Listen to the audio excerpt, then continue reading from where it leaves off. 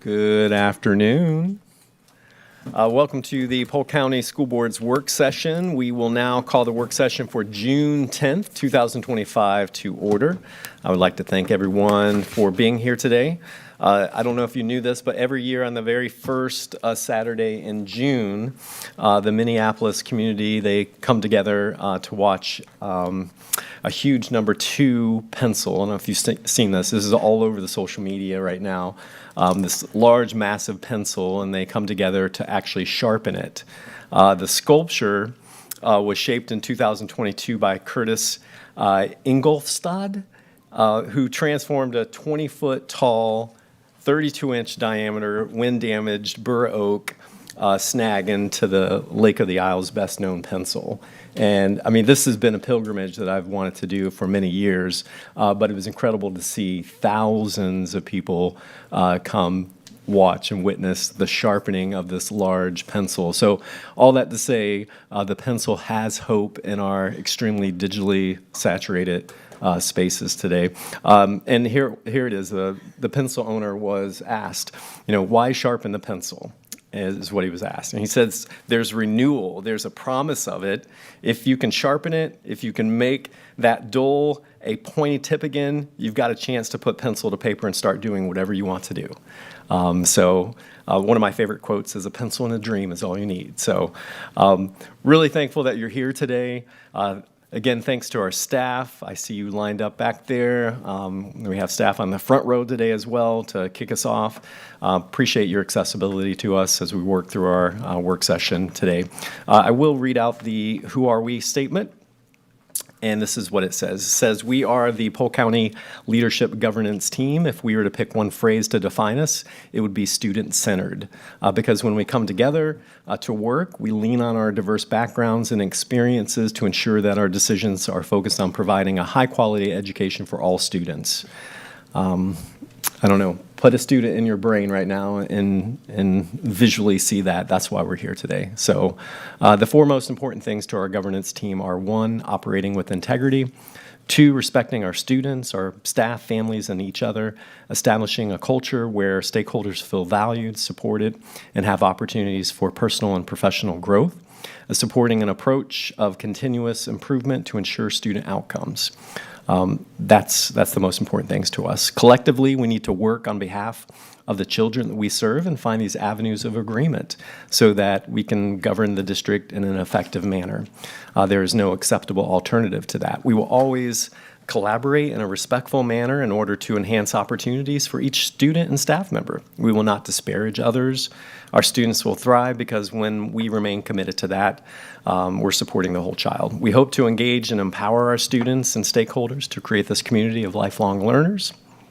Not sure what you all are learning today in your brains, but yeah, that's a good thing. At this time, I would like to turn it over to Superintendent Hyde to lead us in our work session today. Good afternoon, Mr. Chair, members of the board, members of staff and community. So I feel like we have to give the pen equal audience today. So in 1950, Mr. Marcel Biche invented the Bic pen, and I'll leave it at that. Did it have an eraser? It did not have an eraser. I love the pencil facts. Our first topic up for today is, as you know, our last meeting was running considerably longer, and we want to be respectful of our stakeholders, of your time as well, and that of staff. So I asked our financial advisors to come back today. The purpose of the presentation was really to make sure that the board understands the different funding mechanisms available to it when it comes to capital investments, capital improvements. And so I will turn it over to Ms. Jenkins at this time, and she will introduce any guests that we have.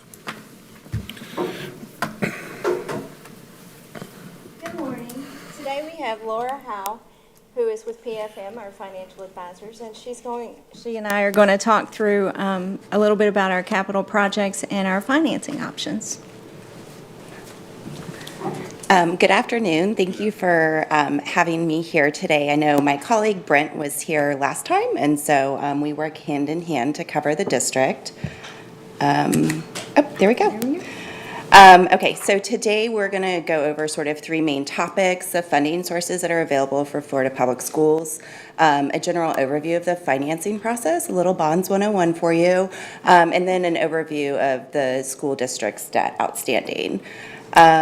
So to start, this list here, and we're going to go through on the next slides, but these are the funding sources available for capital for school districts. And since we're going to get into details, we'll go ahead and skip to the next slide. So there's PICO and CODS that are direct funds from the state, which provide minimal funds, if any, specifically for school districts. Some of those funds are directed to charter schools now, so that's not something that we really look at when we're looking at capital needs for the district. The capital outlay millage, which is a 1.5 mils, each district may levy up to the full 1.5 mils to fund construction, maintenance, technology, transportation, and make lease payments. This can be through borrowing or on a pay-as-you-go basis. And legally, you can levy up to 75% of that 1.5 mils, so 1.125 times. We try to keep school districts under 50%, partially because the credit rating agencies don't look favorable if you go above that. But then also we saw with the downturn in the real estate environment back in 2008, we like to make sure there's that extra cushion that you're not bumping up against that 75% legal requirement. Additional sources that are available that do require a referendum for the voters are short-term millage options. There's a 2-year option that's available for operating or capital usage, and then a 4-year that's available for operating. Other referendum options are general obligation bonds, which a handful of districts in the state utilize, and then sales tax revenue bonds, which a good chunk of districts have gone out for that. And then there's the 2 options under that: the local government infrastructure surtax that you would share with the county, and then the school capital outlay surtax. So COPs are, certificates of participation, are the most common structure that school districts utilize because you do not need a voter referendum for this. This is dollars that are coming in off of your ad valorem. Legally, it was said previously that school districts can't use those dollars to issue debt past a year. So this structure was created that has been validated by the Supreme Court, that basically the school district enters into a ground lease agreement with the financing corporation that they're leasing to you on an annual basis these certificates of participation. And so when entering into them, which the school district does have, you're annually appropriating dollars every year to pay for this debt service that covers all of those leases. And it's an all or none appropriation. So you can't say, I'm just going to fund this one school and not these other schools. It's all or none, and that's what makes it a stronger security that investors are comfortable investing in to buy. So this is just more details about all of the documents. There's a whole lot of documents that go into COPS transactions, so we don't need to go through all of that. Any questions before we get into the financing process? Nope? Okay. And so this is just a quick overview. We create the plan of finance, draft the legal framework, so all the documents that would be drafted go into the capital markets, and then we close and fund the district for the projects that they would need. So in a little bit more detail, we would select the team, that's first. So your financial advisor, and there's another slide in here that will go through kind of your team, determine the projects and the cost and the timing of when you would need those funds. The source of repayment, so for the school districts, it's either COPS or the sales tax. We help utilize the structure, which will show you that as well, and then determine the method of sale. We come back to the board for approval and consideration of those documents, enter into the public markets after obtaining the credit ratings, and then we close, and that's when you guys can begin using the funds to build the capital needs around the school district. So the financing members, you'll see up in sort of the tan color, those are like your core team. So your financial advisor, we are fiduciaries to the district. You have bond or special tax counsel as well. The school board attorney is involved, and disclosure counsel that helps prepare the disclosure documents that are released to investors.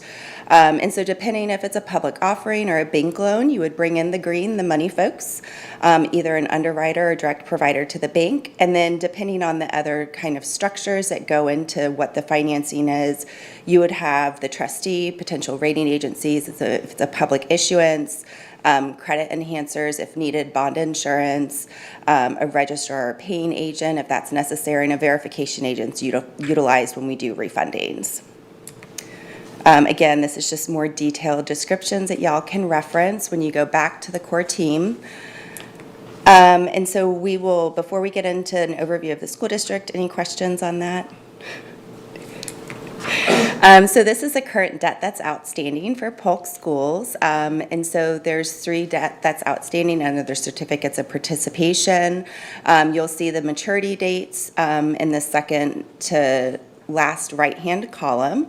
And so the 29Bs are, expiring in 2026, and the last maturity is out to 2029. And then the sales tax revenue bonds that expire in October of 33, which is with the sunset of the sales tax that's in place right now. And those bonds are callable in 2029, and so that's something that we'll look at as we get closer to that call date, if there's opportunity for savings on that. The rest of them are not callable at this moment. So the school district's credit ratings, this is just giving you an overview of the historical ratings. They do have a very strong issuer rating of AA2. The COPs are always a notch lower at the AA3. And you'll see that back in 2010, it was a AA2 and has notched up. And the half-cent sales tax is at the issuer rating of a AA2 as well. This is showing you, so when we talk about the coverage, the graphic on the bottom is the debt that's outstanding. And we did include the 2022 issuance of the Building Tomorrow's schools, since that is part of the lease payment, even though it's not COPS.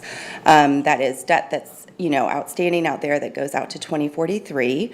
And so the red line is showing you that 75%, the 1.125 mils. The green line is showing you half. So there's plenty of capacity there for the district. And so of the 1.5 mils, you're only currently utilizing 0.31 mils to pay the debt. And that, again, includes a 2022 issuance, since that's part of a payment that needs to be made. This slide goes over the sales tax, and so the blue on the bottom is the current debt that's outstanding. It's level across the board for your principal and interest, and again expires in 2033. The yellow line at top is your sales tax coverage, and the gray is your excess available for PAYGO. So the district has very healthy coverage of 4.92 times on the sales tax.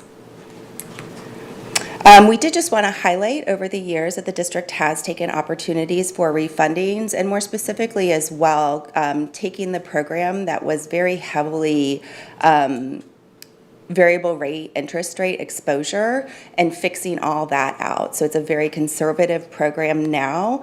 And so over the course from 2016 to 2021 has utilized and realized over $2 million of net present value savings. And this is something, like I said, we continuously monitor, but the sales tax would be the next, and that's not for some years to come. And I'll let Heather speak to the next 2 slides. As you all know, Josh McLemore brought our 5-year capital plan to you at the last meeting, so we just wanted to give you a couple snapshots of our overview of our projected revenue. We do update this every year. The current projects that we have included. And on the second page, we touch a little bit on deferred maintenance. This is only a piece of what we know so far. We're having a survey done, and as we move forward with our financing options, that's something that we can take into consideration as well, refurbishing some of our older schools.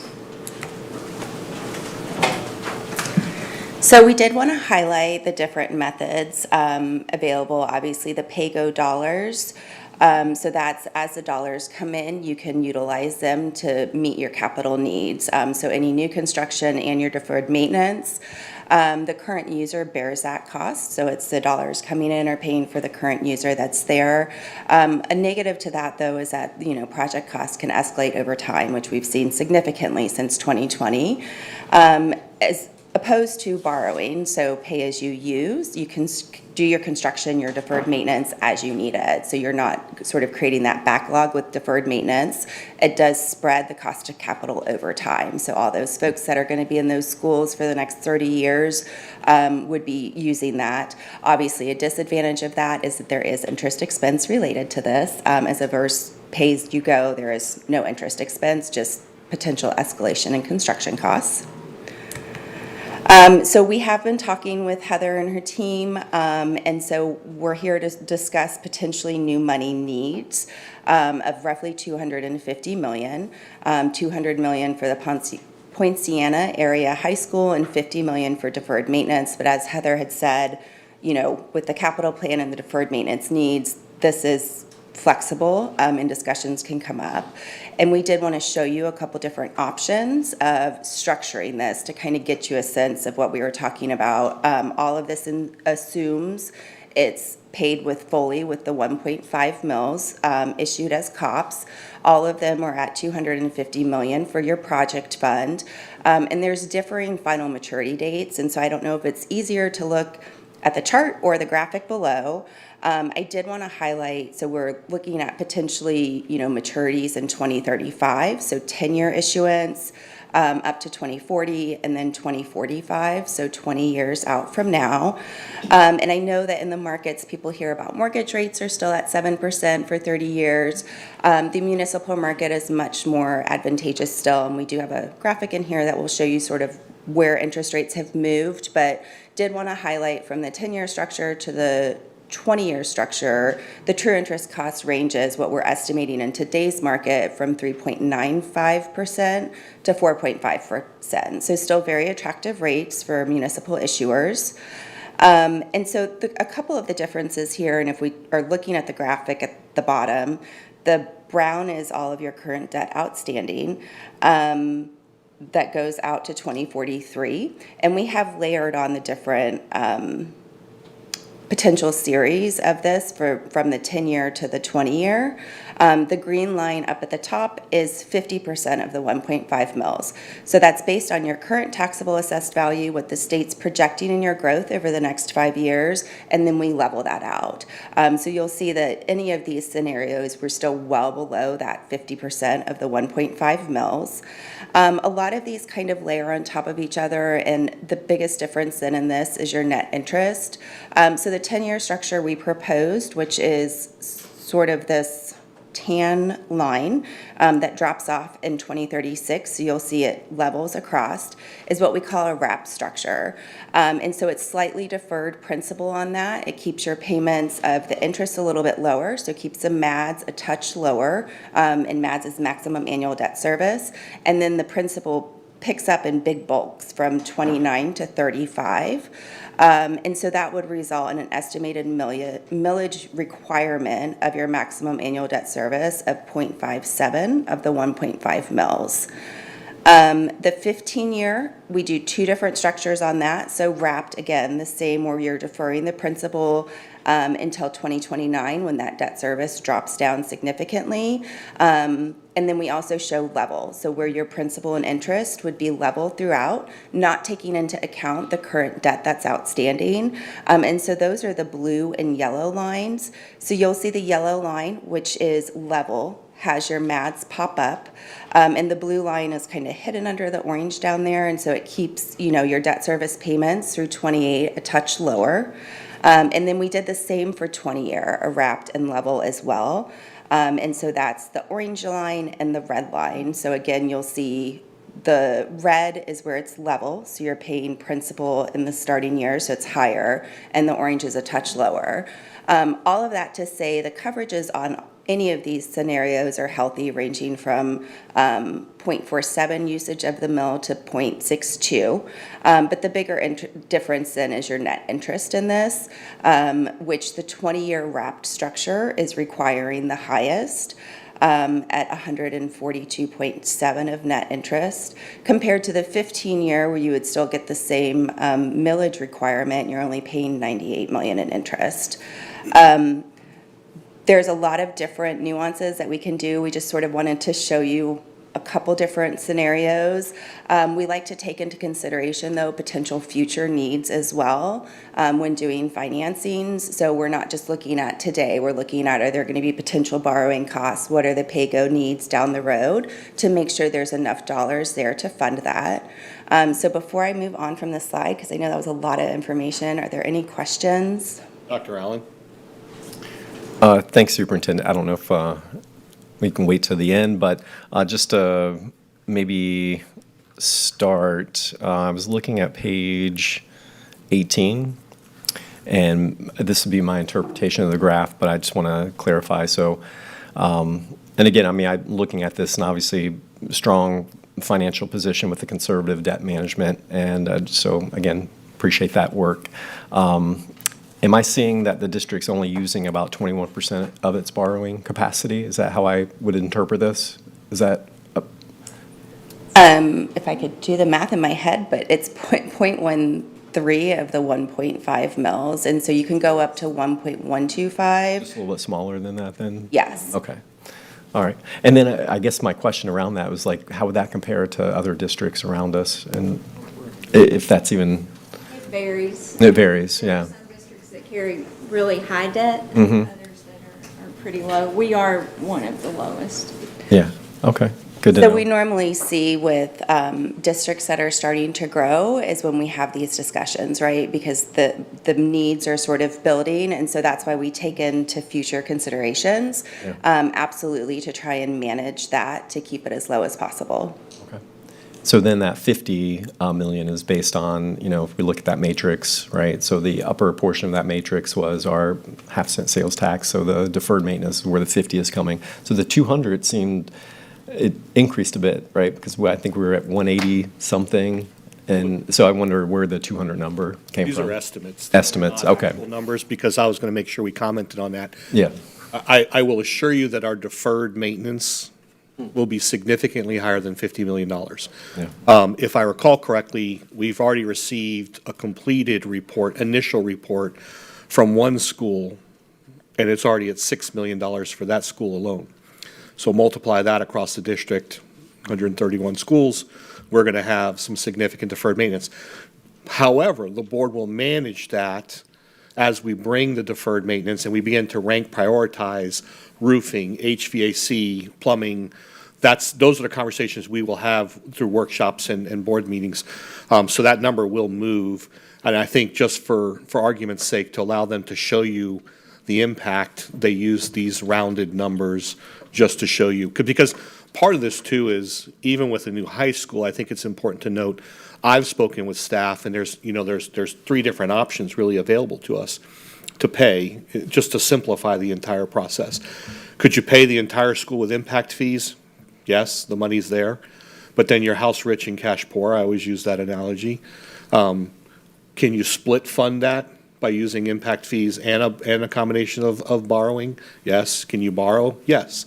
So I think what will come before the board is when we start moving in that direction for the finance aspect, you'll see each one of those options before you and what the long-term and short-term implications are for us. Good. But it is nice to know we are in a very good spot as far as our borrowing opportunities compared to other districts, especially large urban districts. All right. And I mean, I think, obviously, the question of property values and sales tax revenues, does that have any bearing or impact? But I think the question too is, moving forward, a timeline. What are you thinking? I will have to defer to staff on that, Mr. Pitts or Ms. Jenkins. When are we bringing a finance recommendation or options before the board for the new high school in particular? Well, right now, we just wanted to give the board some different options and find out what your direction is. And then we'll meet with facilities and determine a timeline and come back to you to make a plan. And to answer your question, our property taxes are up 6% this year. Yeah, okay. think that's all I have. So I will come back to your question in a moment. Yep. I want to make sure I get Mr. Sharpless's questions to Mr. Sharpless. So I was, this thing on, check, okay. I was wondering on the different revenue sources, you said sales tax, you talked about the COPs and that different things. I was wondering on our, go back to page 19, our sales tax summary. The chart there, we have excess and then we have a little bit above that to where the sales tax coverage is. Do we ever use that sales tax revenue there to help pay off some of our COPs, to put us in a better position to be able to borrow more potentially? Or what do we use that for, other than just construction? Or are we just using that for construction? We are just using sales tax is used for construction and some technology needs. We had a sales tax bond, and we used the proceeds from the sales tax revenue to pay on that bond as well. Okay. We have local capital improvement that we use for school buses, some different projects, and payment for our COPS. We also use impact fees to pay on the COPS as well. The reason I asked, I've heard that that sales tax bonds generally have lower interest rates than COPs do. So I was wondering if there's a way that we can take advantage of that, and if we can use more of the sales tax bonds to potentially pay off the COPs to help save us money in the long run. So because the sales tax are rated the same as the issuer rating, which is a notch higher than the COPS, it does price slightly lower. We say about 10 basis points, so 0.1%. Lower than what the COPS would. So if you're looking at $350 for COPS, it would be $340-ish, we say, for sales tax. One of the things with the sales tax is it does sunset in 2033. And so you could only issue debt out until that point. There's also the ability to issue certificates of participation and use impact fees and sales tax, depending on what was in the referendum, to allow for those dollars. If it's to finance projects that are being financed under the COPS, to use that to pay. So I know that wouldn't address then the potential lower interest cost, but it would allow more flexibility to go out past 2033. And so that's really the limiting factor on us using a sales tax bond, then it would be that 2033 date. Correct. Okay. Which we can look at that as well, and make sure that the projects that are being financed are authorized under that referendum, and confirm that as well. I appreciate it. Just trying to get the best bang for our buck, that's all, and our taxpayers, so. Yes, Thank you. absolutely. Mr. Keys? And thank you, Mr. Sharpless. That was going to be my next point, is what the language of that referendum said and how we were allowed to use those. 10 bips, while substantial in the larger amounts of principal is significant, I think in the grand scheme of things is not that big of a deal based on the term of what we're going out for. So that was my main concern, and thank you for asking that question again, Mr. Sharpless, because my thing was, what does the language say and what can we use it for? And while I definitely appreciate the savings, we want to make sure that we're also planning for long-term what we're doing as well. There are no further questions. I'll come back to Dr. Allen's question. Ms. Jenkins, I'd like you to go ahead, subsequent to this meeting, provide me with a timeline in which I can guarantee the board that they will see the various options before them. I don't know that the board's in a position to make a decision today on what options to pursue. I think, from my perspective, I'd like the board to see all three options that I've laid out, paying with impact fees, borrowing, split funding it, and then show them what the cost impact would be over time as well. I think they need to see every option and what the competitive rates are, because it's my understanding, if that still holds true, that if we pay at least 50% of the high school cost, for example, using impact fees, and we go out to borrow the rest, we will get a much more competitive interest rate on that reduced amount than we would if we went out for the $200 million. And I could be wrong on that, but I believe that's what was shared with me previously. So I'd like to be able to bring that back to the board for them to review. Yes, sir. One of the other reasons we wanted to show you part of the capital plan is because with the deferred maintenance, we have an option to borrow a little bit to help with that as well. And if we have upcoming K-8s, elementaries, all those pieces can fit together, and we could pay cash for the high school or part of the high school. We can look at what we'll need to build other schools, work with Mr. Fix and his department, and then take our deferred maintenance into consideration so that we only have to do this once. So July 10th? Absolutely. Okay. Thank you. There are no further questions. I know you had one more slide. Oh, Mr. Keys. That was an interesting point you brought up, Ms. Jenkins, as far as the opportunity to finance some of the deferred maintenance out. My only concern on that would be segregating on those things what we are considering financing, and that we are not seeking long-term debt on an asset that is not, that its useful lifespan is below what that debt is. That's the only thing that I'm sure we're doing that, but as I look at that out, as if we're going to go financing deferred maintenance, that we're not, the useful lifespan of HVAC units 10 years, we're not financing for 20, which I know you guys know that, but I just want to make that aware, that's all. That we properly segregate out those things if we're going to go seek out financing, that these are the ones that we're financing out deferred maintenance on, I guess.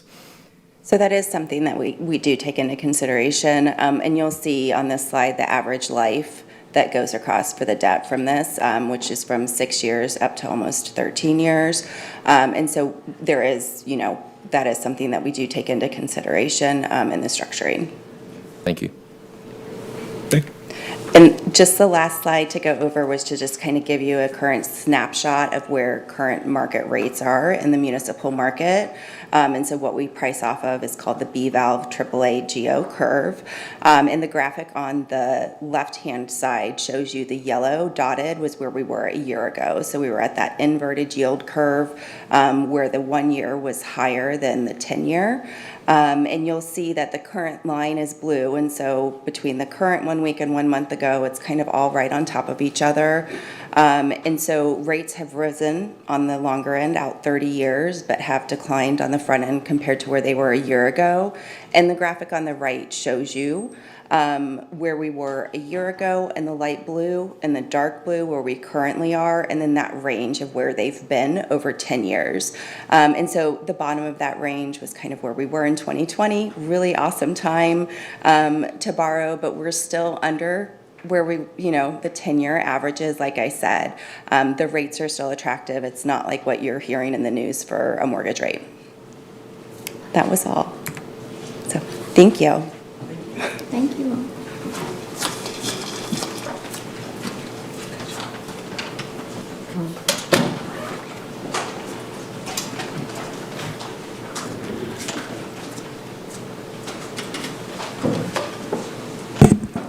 Board members, I'm going to ask that we skip to item number 3.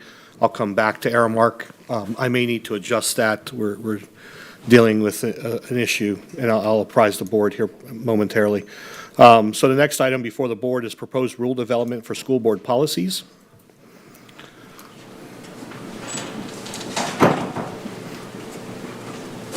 Good afternoon, everyone. Give me 1 second.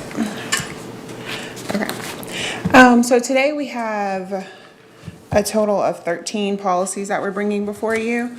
The first 3, as you'll see, are really like the same policy. It's just split up in the different HR groups, and these are all going to be based on like the 2024 legislative session. So nothing that just happened. We don't have those yet. We'll have those like probably towards the end of summer or start of the school year. So we're still finishing up what happened all this past school year.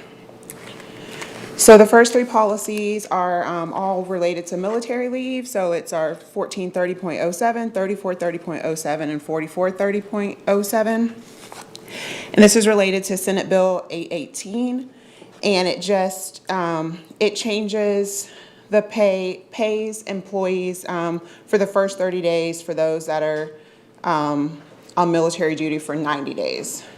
So previously, it paid for anybody that was on military leave, and now the statute says for 90 days. If they're on leave for, not on leave, on duty, military duty for 90 days, then we can pay them for 30 consecutive days. Policy 2623 is our student assessment policy, and this one is more, Neola presented it as a technical change. There's a couple citations that are changed in there, and then they updated a few words that were lowercase that really needed to be capital. And the only reason I brought it to work session is because a couple of those changes changed the letter S in superintendent from lowercase to capital. And that does change the designation, because a capital S for superintendent means superintendent or designee, which is what we try to include in most of our policies, unless there's something specific that only the superintendent can do. For whatever reason, when this policy was originally written, it might have been a typo or something where it was the lowercase s, but it really should be the capital S. So I didn't want to put that on technical, just because it does change the designation for that. Policy 55112 is entrance requirements. And this is just cleaning up this policy so it can mirror statute. So it takes out a sentence that says, this is all based on kindergarten entrance. And so it changes it from, it used to say public or non-public school, and now it just says satisfactory completion of an appropriate kindergarten program. And then it also removes the language that states home education is not an option. Policy 5225 is absences for religious holidays, and this policy is just updated. In the past, all of the religious holidays that were listed were broken down by month. But as you know, some holidays, the month changes year to year, like Easter, sometimes it's in March, sometimes it's in April. So instead of having to update this policy every year, Neola just took out the dates and just listed the religious holidays that fall under that. Do you have any questions so far on any of those? Mr. Sharpless? On the last policy, 5225, I'm assuming this list of religious holidays is from state statute?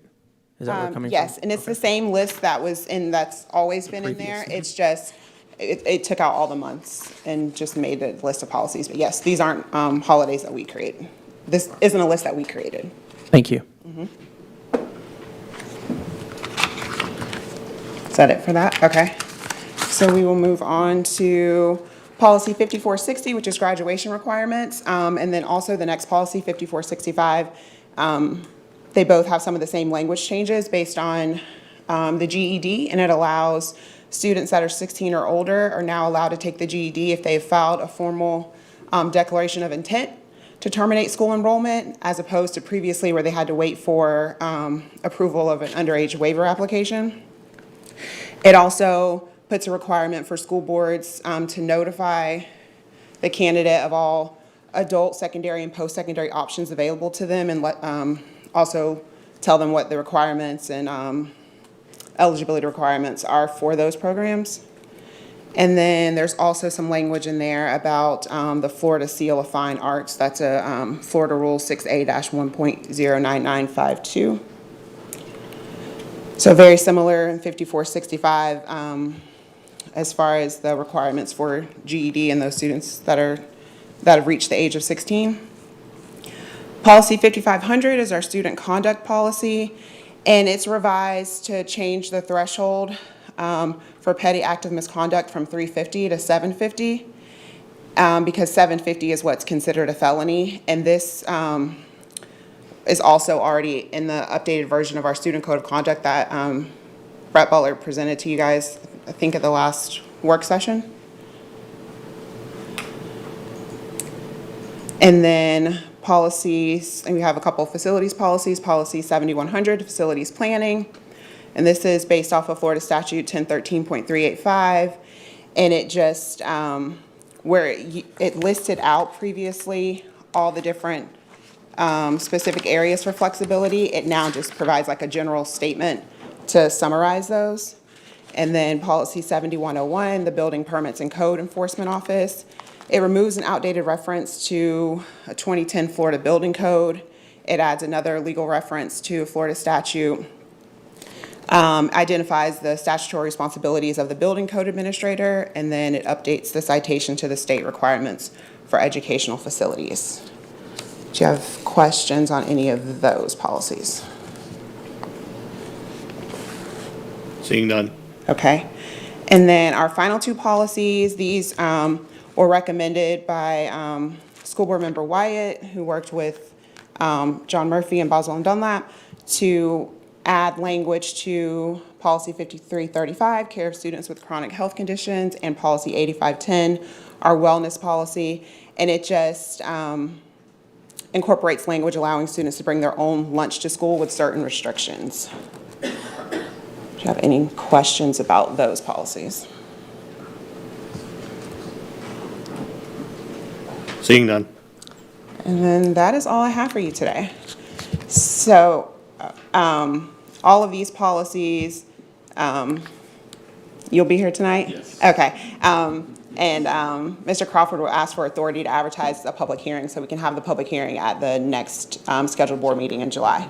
That is July 29th, not 29th. July 10th. I don't know why I keep saying the 10th. Did I say the 10th? No, ma'am, I did. Oh, okay, okay. For some reason, it's stuck in my mind. Oh, okay. It's because today is June 10th? Yeah, whatever, okay. Yeah, July 29th. July 29th. I apologize. Thank you, Ms. Griffin. Mm-hmm. Board members, we're going to pull the Aramark item and bring it back, but I will go ahead and provide you with a quick summary. The Aramark item before you is going to request, and you'll see the cost analysis for a 1-year, 2-year, and 3-year extension on the Aramark contract. We are currently recommending a 2-year contract extension. That item will then subsequently go out for bid or go under review. But the district does require some additional time. You will find cost savings in both the year 2 and year 3 contract. However, we are deferring to the year 2, and I'll be happy to address this with any board members further, but this item will be coming back to you. Unfortunately, we're dealing with an issue, so I'm going to go ahead and pull that item and allow it to come forward at a later date. Next item is going to be the school allocation review. And so Mr. Fout, Ms. Jenkins, and others are here. Board members, you received background information. Back in 2022, 2023, the board reviewed the school allocation model. It was approved with changes and revisions so that we would go ahead and implement that for the 22-23, 23-24 school years. It has not been changed since that time. And over those 3 years, these last 3 years, we've been slowly transitioning to site-based budgeting. Board members asked that we go ahead and provide a summary. Board members, what you've received, and we are not going to go slide by slide through all of the schools. Really, the intent today is to go ahead and show you and be able to explain that as you look at the allocation models for site-based budgeting, again, it's been a 3-year transition. We started with a very small cadre in the first year, and those were voluntary. And then based off lessons learned with them, feedback we received, we expanded it into year 2, which was about almost triple the size of the initial group. And then for this year, we transitioned the remaining schools for the 25-26 school year for budgeting purposes. Everyone is fully trained on site-based budgeting. It's not a singular training. There are multiple sessions. And then, in fact, they actually have to pass a test to be able to be afforded the option of site-based budgeting. There are a lot of options and a lot of improvements, and it's been very well received by the majority of our building administrators simply because it does give them more local control and flexibility over their budgeting. But site-based budgeting does adhere very closely, if not entirely, to our funding mechanism and to how we fund schools for certain positions. There are always exceptions, and I'll address those here in a moment. But as I pointed out, everyone goes through training. Everyone has to pass the assessment in order to make those things done. So if you look, for example, on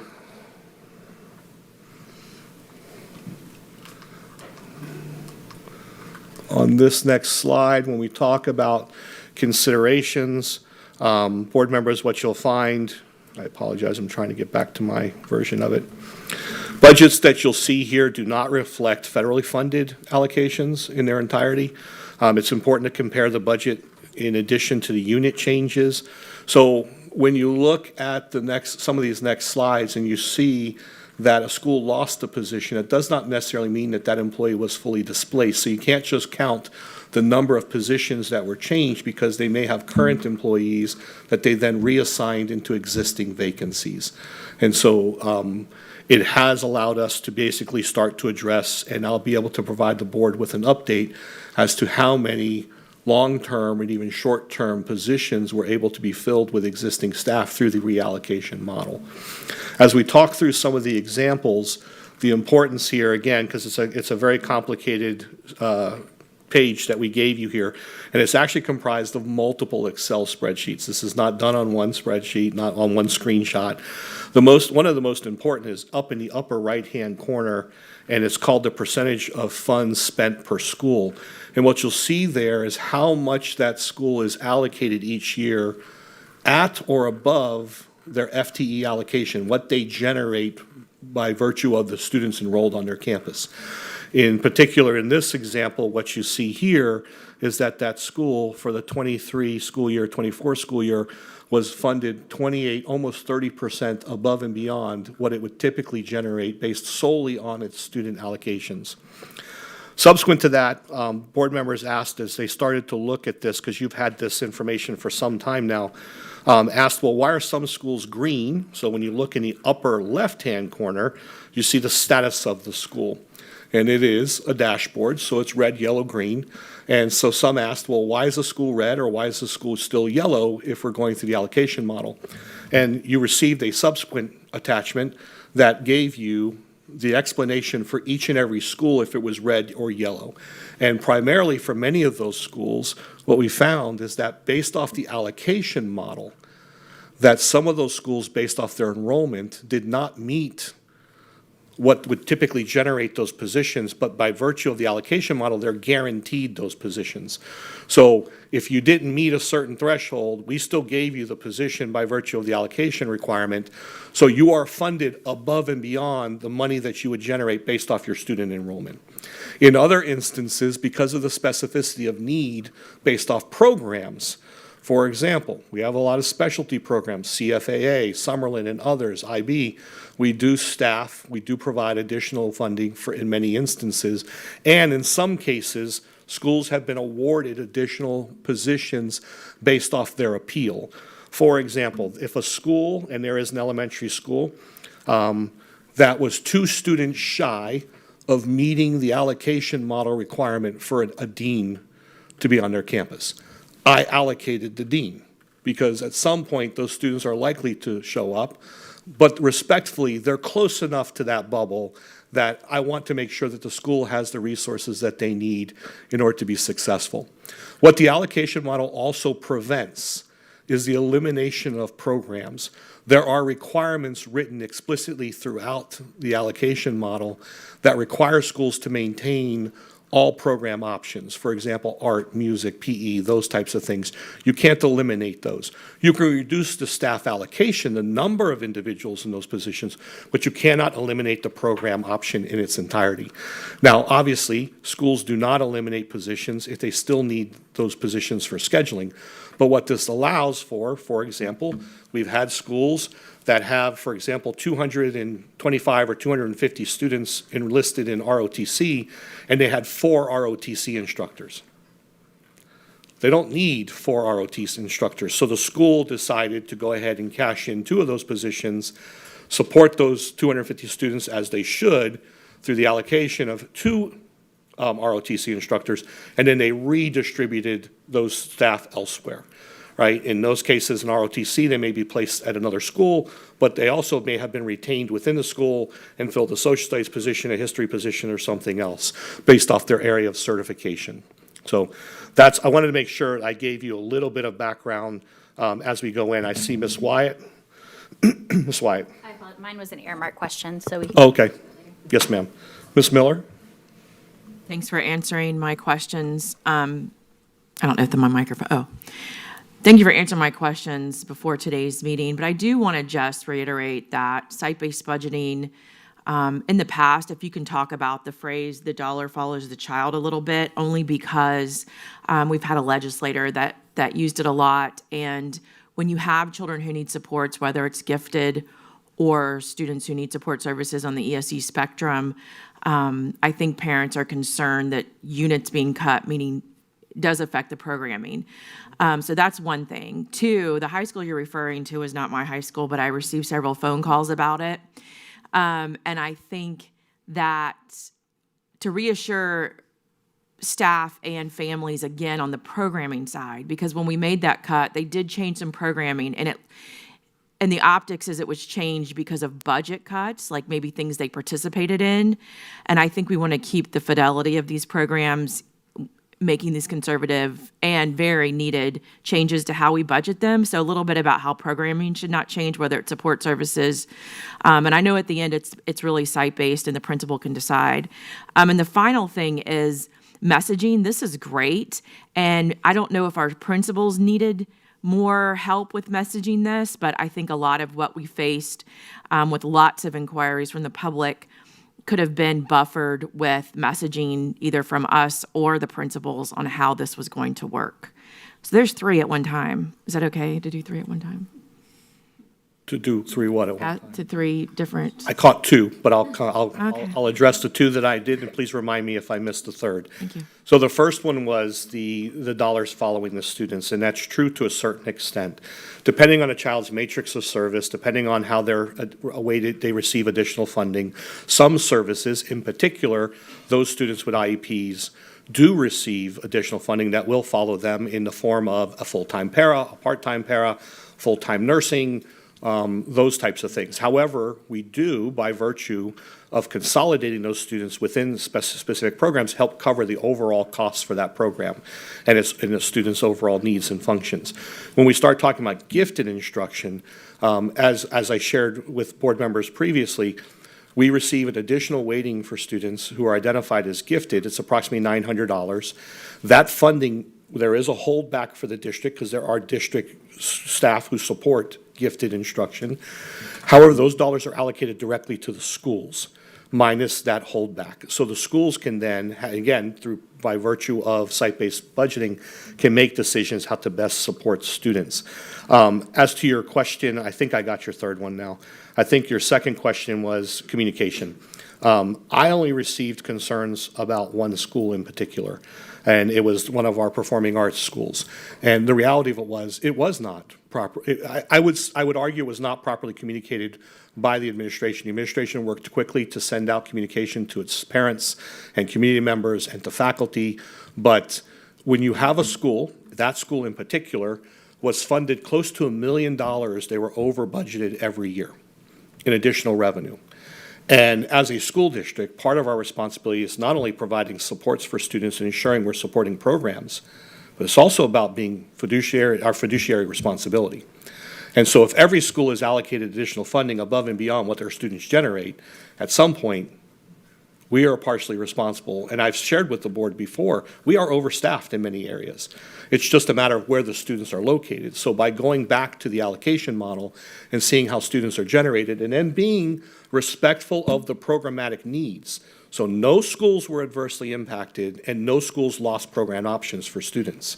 What they lost was certain class ratios. In the one school in particular, what was never communicated publicly was that some of those classes had 7 students in them. And that's not fair or equitable for everyone else.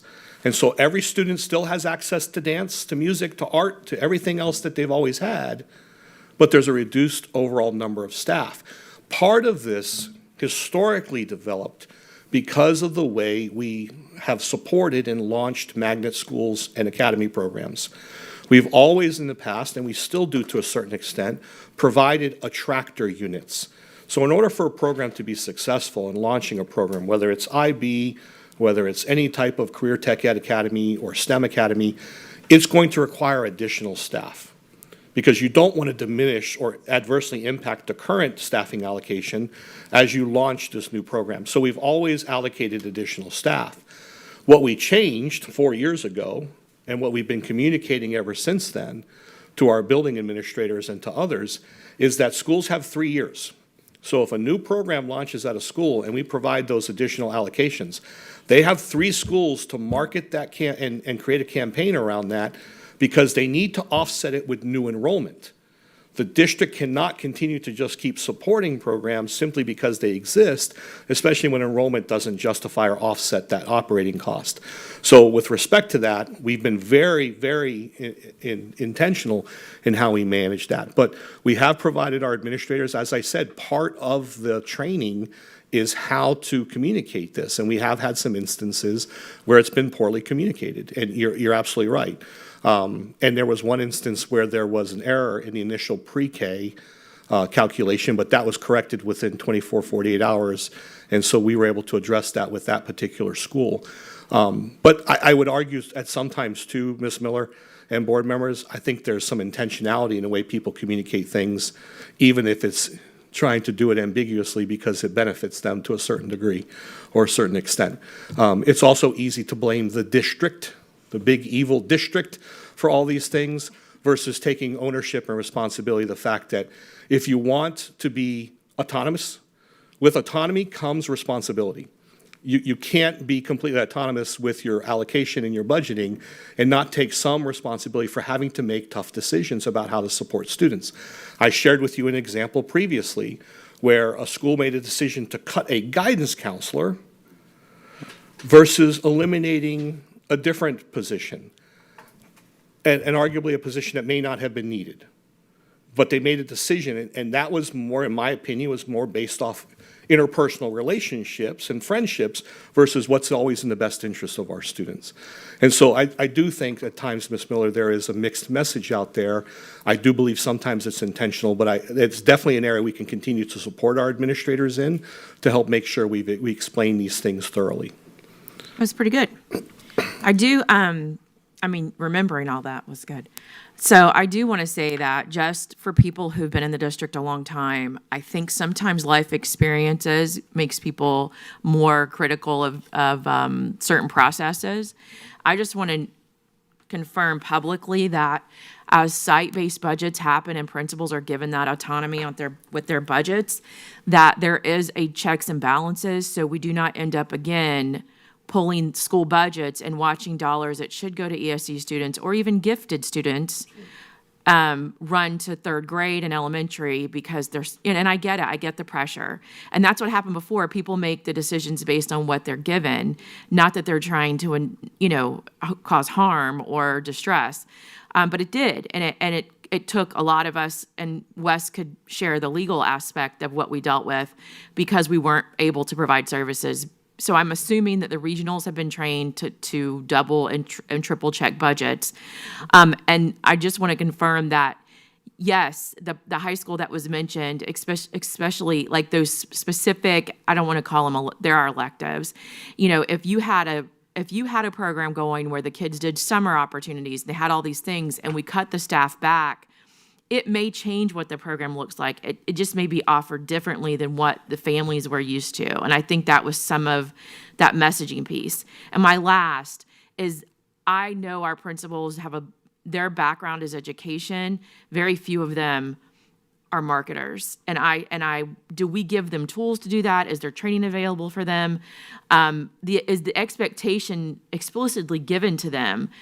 Because in the past, we've lost programming because it wasn't well attended, but after lots of money was spent, and I don't want to do that again. I don't want to spend money on programs that will go away in 3 years because the principals were not marketing the programs. So I can say that I personally have messaged this every year for 4 years, multiple times a year to our building administrators. When I've spoken to them about the fact that their allocations, I've had to deal, I'm not going to throw school names out there, but I've had to speak with multiple school principals to say, you were told, you were supported, you were told you'd be given an extra timeline to go out, market, and recruit, and you're choosing not to do it. And as a result, I can't keep funding positions just simply because they've always existed. But we have to take some ownership as a district because that's what we've always allowed. And we're still supporting the programs. There is no change to programs right now across the district, and we've addressed a number of disparities as a result. I also want to provide an assurance to Ms. Miller's point that no, there are safeguards within the budget that do not allow funded positions specifically for certain student populations to be cashed in and then converted for other areas. We do not allow that. That's also why in intentionally exceptional student education funding is viewed outside of the traditional allocation model and reviewed. So the thorough review process is this. The principal looks at it, they submit it to the regionals look at it, district staff look at it, deputy superintendent staff look at it, I look at it. It typically comes to me especially when there's a request for additional allocations or exclusions or exceptions that people are looking for, which I'm fine and happy to do. Sometimes I have to say no, sometimes I say yes. But sometimes it results in actually a more collaborative conversation with the building leader. So when a school says to me, Mr. Hyde, we really want an extra media para because we use that media para sometimes for school safety reasons. They help us unlock the gates, they help us do certain things. Well, then I go back to staff, and I'm like, well, if they really need security, why can't we give them another guardian, or why can't we give them a security officer versus giving them a media para? Let the job duties and responsibilities reflect the actual role the person's in, and let's get away from just keeping positions just to keep them in our budgets. So I think that's important too. Part of what the district, some of you who are on the board, those of you who were on the board when we went through the last iteration of this, will recall that there was also some things that were allowed to take place. So for example, if the district historically, prior to the change, if we allocated a 10-month assistant principal to a school, the school had the right to convert it to a 12-month, and then the district would have to pay the difference. Well, that doesn't make any sense, because otherwise we would have allocated a 12-month assistant principal from the get-go. We addressed that two different ways. We eliminated that option, but we also went to 12-month assistant principals for certain areas because we saw that they were extending their contracts for 11-month and even a 12-month. But I do want to provide those assurances, and I think in particular, the early adopters have been really good to Ms. Miller's question about helping other peers with communication, with problem solving, how to convey this to staff, how to convey this to parents. And I think overall, when we look at the fiscal health of the district, it's going to continue to improve as a result.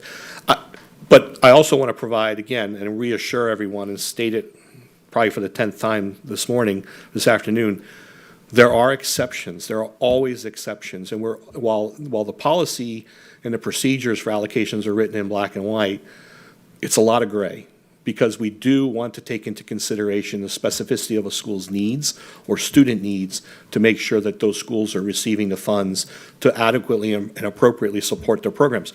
Again, hence the reason why so many schools are listed who get additional funding above and beyond what they typically generate. So I still think we show a lot of that, and we're meeting those expectations. So thank you, Ms. Miller. Mr. Sharpless. Wow, a lot of good information. A lot of questions, just to clarify things like that. First thing that comes to mind is, I mentioned this in in one of our retreats, but I'm not sure. Well, I can tell you, we're not adequately funded on our students. First of all. That's just a blanket statement. Number one, you have a regular FTE, but then if a student is on a certain level in the matrix, they're not funded additionally, even though they need more supports, right? Until they get to another certain level. So I don't want to get into all the details with that. My point is, I feel like I represent one school in particular that has a high level of ESE population that doesn't score high enough on their matrix to generate the additional funding, but yet I don't think it's fair to treat them as regular ed students either, because there's additional supports needed. But that's really a problem at the state level and the funding. That's not really something we can control at the district level. So I just want to blanketly say that out there first. I know in previous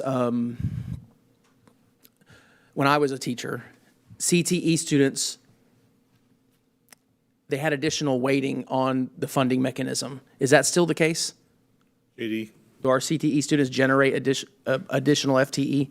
So CTE students get CAPE funding. Mm-hmm.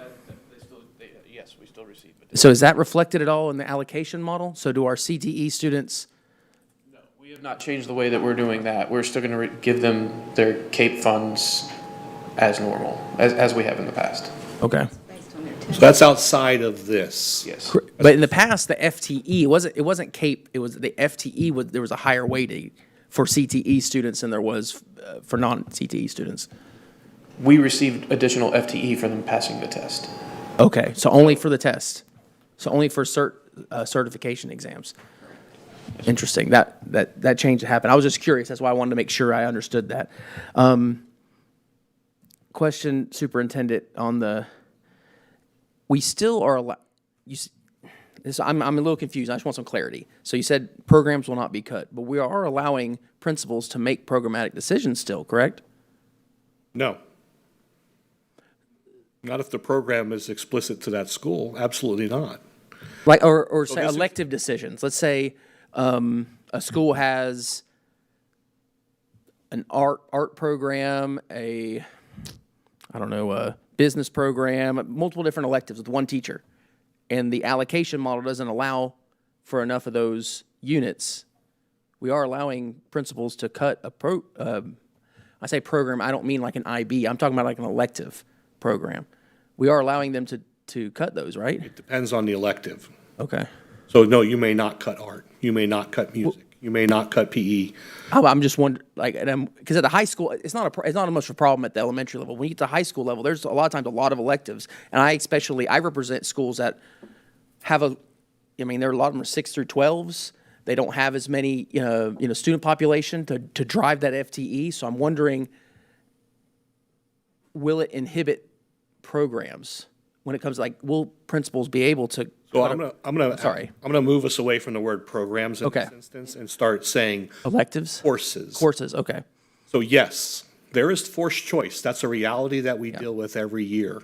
Now, what effective schools do, and what we will continue to coach schools on, is if you don't have enough students, so typically to justify a class section to run, you're looking for at least 15 to 20 students to justify running a course in your overall allocation. You may not be able to offer that course this year because the students may not have some of the prerequisite knowledge. But that doesn't mean you don't offer that course in series the second year. So it builds, right? So as you plan out your course sequence, you're not just planning for year one, you're planning over the course and the entirety of that student cohort being on your campus. That's the best way to plan out your. So what then happens if a program does not have the enrollment to justify an FTE a unit for a teacher? Does that program then get eliminated? No single class generates revenue to cover a teacher. So that's why I'm saying it's a hard question to answer. I know where you're going. I think the best way to answer this is, yes, there are tough choices that schools are going to have to make, that instead of offering 15 elective choices, we can only offer 10. That's my point. That's the reality. But schools have to make those decisions, and we're empowering them to do that based off student interest, student need, and programmatic alignment. So if you're offering electives or courses outside of core programs, let's use something like an academy or career tech ed, or let's talk about one of our academic programs like IB or ACE. They have to honor those first, and then they can go outside of that. But again, the intention there and the hope would be that school is planning over multiple years. So you may not be able to offer all 15 electives this year, right? But next year, you can bring some of those back into rotation, and you're rotating certain electives in and out every other year, is typically how it can function. If that program, if that course or sequence of courses is essential to the program, then again, that's where some exceptions come in and they can request that. But the reality of it is, no, there is forced choice as a result of site-based budgeting, because there's only so much allocation. As you pointed out, we're not fully funded for our students or adequately funded for our students. So at the end of the day, we can't necessarily be all things to all people, but that's also where school choice comes in.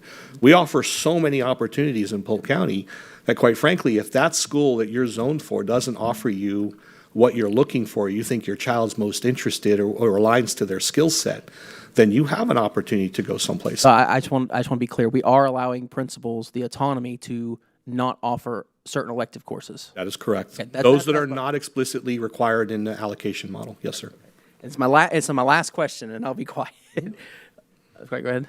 We actually have it to where they have to work with their regional on it. So if they're really if they have a program that's not working out for them, they can work with the regional to come up with a plan to move away from that program or come up with a plan to advance that program? Sorry. No, but we're seeing So some of that's, that. I'll be honest, we're seeing we some put of that in there for them to work with it. That's- In the arts, I'll give you some examples. Strings. String programs are not flourishing in the majority of our elementary schools. And so I've spoken with Cummings, rather than looking to eliminate those, what are we doing or what can we do differently? Now, part of the issue, as we've talked about before, is the large number of students who are statutorily required to take a reading intervention or a math intervention or both.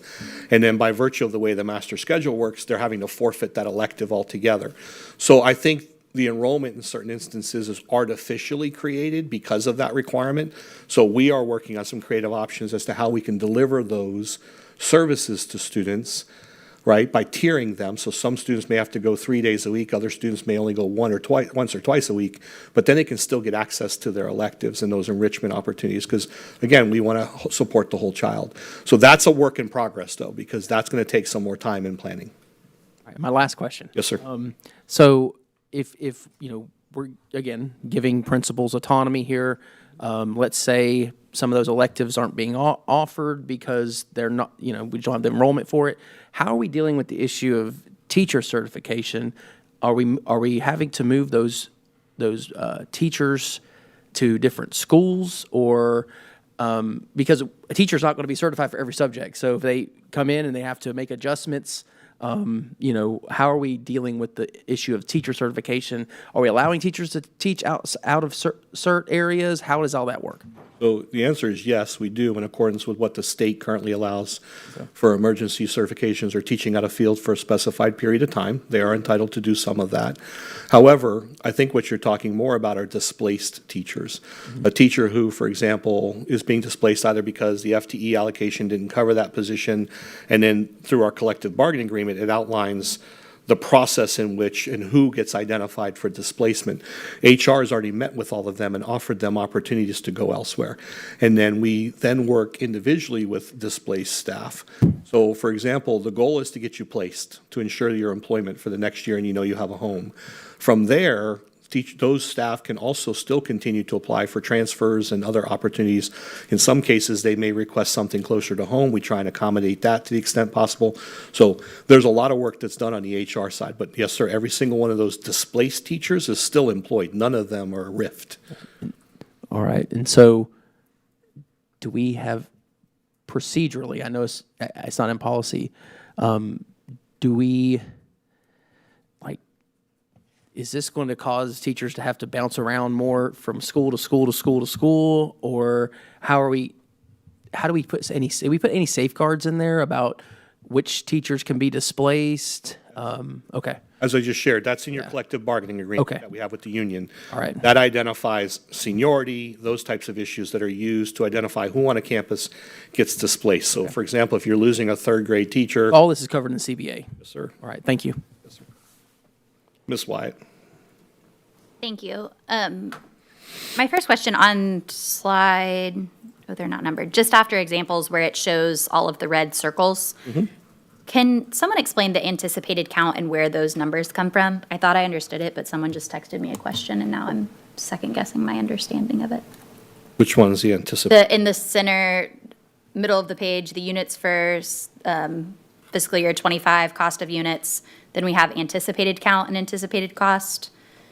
And then the units for 26, where it breaks it out, all the basic teachers, ESE para. Oh, yes, ma'am. So those would be based off of their projected enrollment. Okay. And that's a historical number. We do exclude the COVID years. Michael Bellows, unfortunately, he's not available, but I can get you a more detailed response to that question. But anticipated numbers are based off of historical data and trends as we see them. And so schools will oftentimes feel like, well, I hit my enrollment at day 20, I'll get extra kids. I can't budget that way. That's real-time budgeting. We budget based off of the first 10-day count, historical data. That's the best we can do because that's how we report it to the state as well. So if there's a specific school or instance, I'd be happy to follow up, but I'll get you a better answer and send it out to the board so Mr. Bellows can explain that. Thank you. I'll send you a couple specific schools that they were asking about it just, there's a couple scenarios where, for the most part, and rightfully so, it was 9 ESE teachers this year. It's anticipated 8. You've authorized that they can keep the 9 because based on student allocated. I can get answer that, Mr. Hyde. Go ahead. So the anticipated count is actually based on the staffing plan model.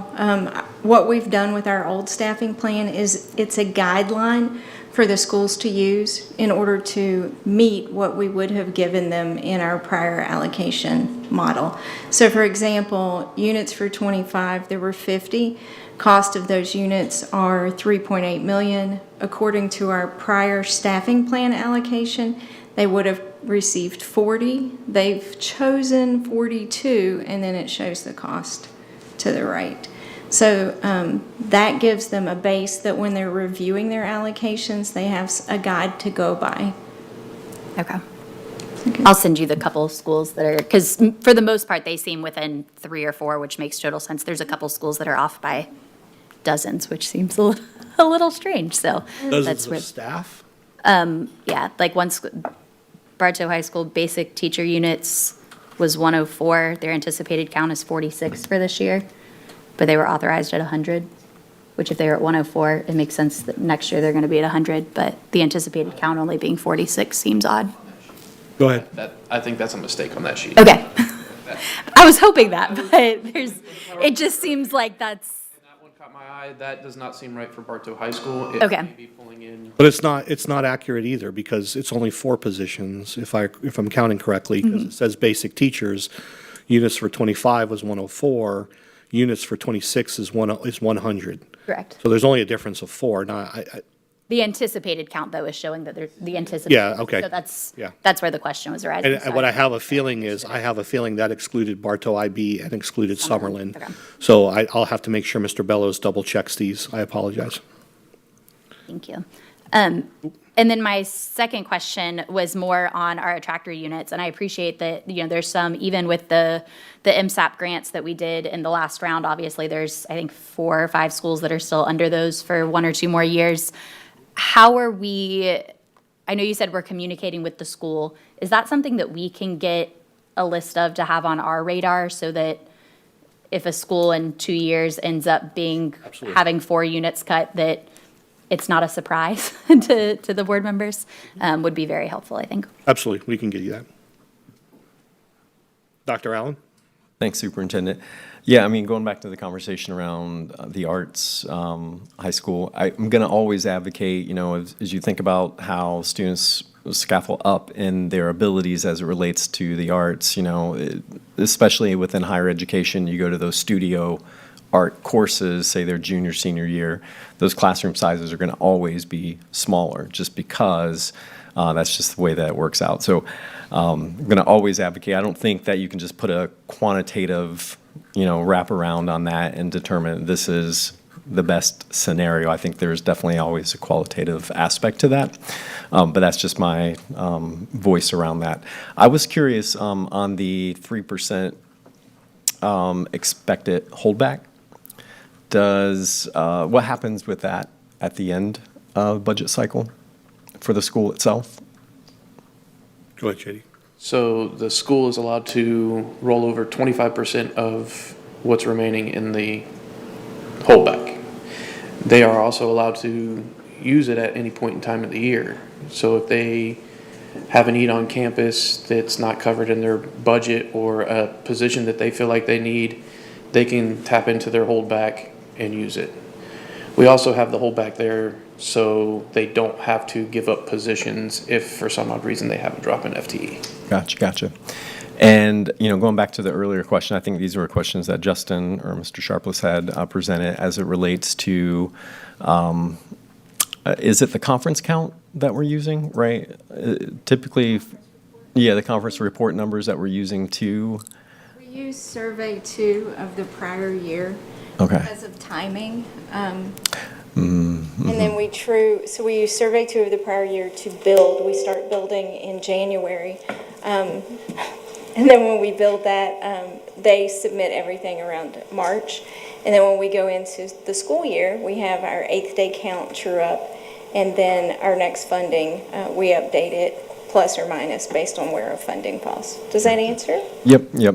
Yeah, and I think I've expressed this to superintendent, and I think, some principals, longtime principals, understand that, their allocation projection is under, so then they end up losing units because of that, but they know once they get into the start of the school year, those projections, those numbers are going to increase. So, and what happens is based on that seniority aspect, they may lose because they have to release, a young teacher in a sense, but maybe there was a quality there and the, principal really wanted that teacher to stay, but they lose that unit, and then, 2 weeks in, they hit that number. So now they've lost that unit, and there's no getting that, instructor back because they've been placed and so forth. So I know that that's a continual problem that I've heard from with my principals. I don't know if we have a solution for that, and I hope we do one day. Well, actually, there is, and I have brought that before the board not pretty recently, and it's capping enrollment at schools, and it's eliminating portables on campuses and phasing them out as quickly as we can. Because at the end of the day, what you're talking about is that variation, and unfortunately, capacity has become a question mark for schools, because our approach has been historically, we'll just add some more portables, and the schools are asking for more portables. No, we've got to start holding tried and true to our enrollments and say, once a school is full, those students cannot attend that school, and they're going to have to move to the next closest school where there's a vacancy. Many districts do that because that's the only way to manage this, long term.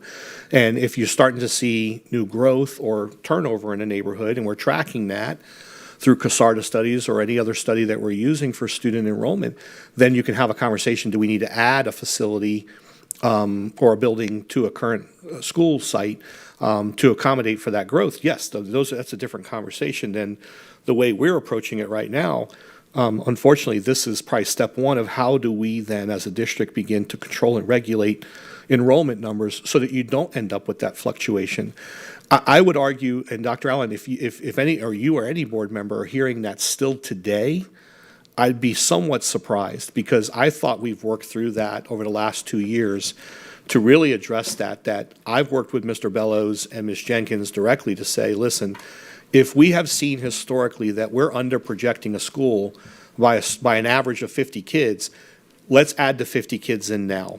Because at 10-day count, if I have to move someone out of that building because they didn't hit their enrollment, I can do that too. So there are opportunities for us to address that differently. So if you're hearing that from principals, I would just encourage you to have them contact me directly, and I'd be happy to revisit their numbers with the team to make sure that they're getting the funding on the front end. Because I share that frustration. I hate when we release someone only to say, had I gotten that back, I could have kept that staff, because we're creating vacancies we don't need to create. Yep. And I can understand that perspective and frustration from our principals. So if you're still hearing that, please forward those to me, and I'd be happy to address those directly. Yep. And then I was wondering if there was like a little threshold in the missed here, because, looking at all these, you can see some are 128%, some are 130% as it relates to cost per student. It's a dramatic shift to go from, 38% overage in a sense, right, in 1 year. So I don't know if there was a threshold of like, okay, if you're over a certain percentage, we're going to siphon that off over a 2-year period, or is it just a dramatic? Absolutely. I can give you multiple examples Yeah. of schools where we're doing that currently, or we have done it. Lake Alfred Polytech's a great example. 2 years ago, Lake Alfred Polytech, I think, was slated to lose 12 or 13 staff. And we worked with their building principal and the school to phase that out over 2 years so that they could slowly move staff out and use some natural attrition with vacancies to address that as well. So yes, we are considerate of that because we don't want to just rip the Band-Aid off. That's what I'm saying. Sometimes when you look at that column that shows the number of displaced teachers, please don't just count that and say, oh, that's how many teachers got moved out of that school. That's not true. They may have internal vacancies that they moved those existing staff into, and so the number of positions is accurate, but the number of displaced staff is not.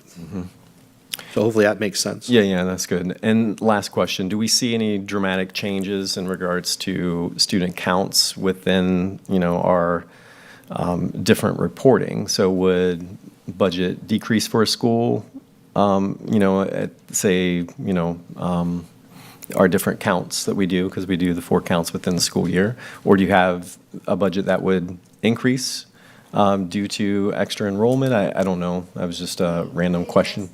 We have our initial Yep. projection, then we adjust it once a year. Okay. Oh, just once a year? Yes. Yes. Okay.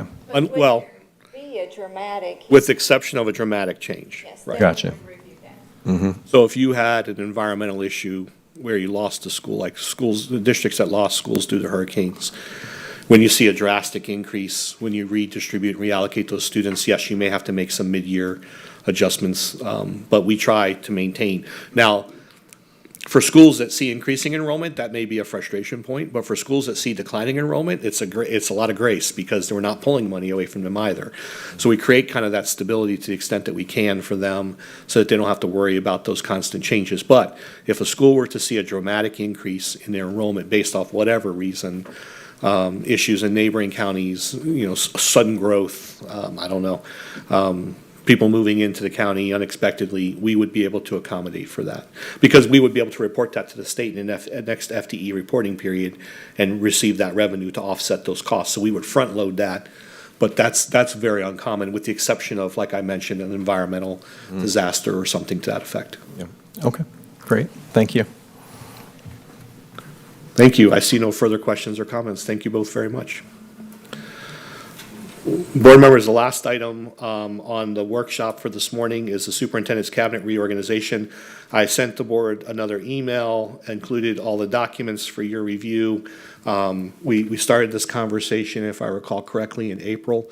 We've had some conversation both publicly.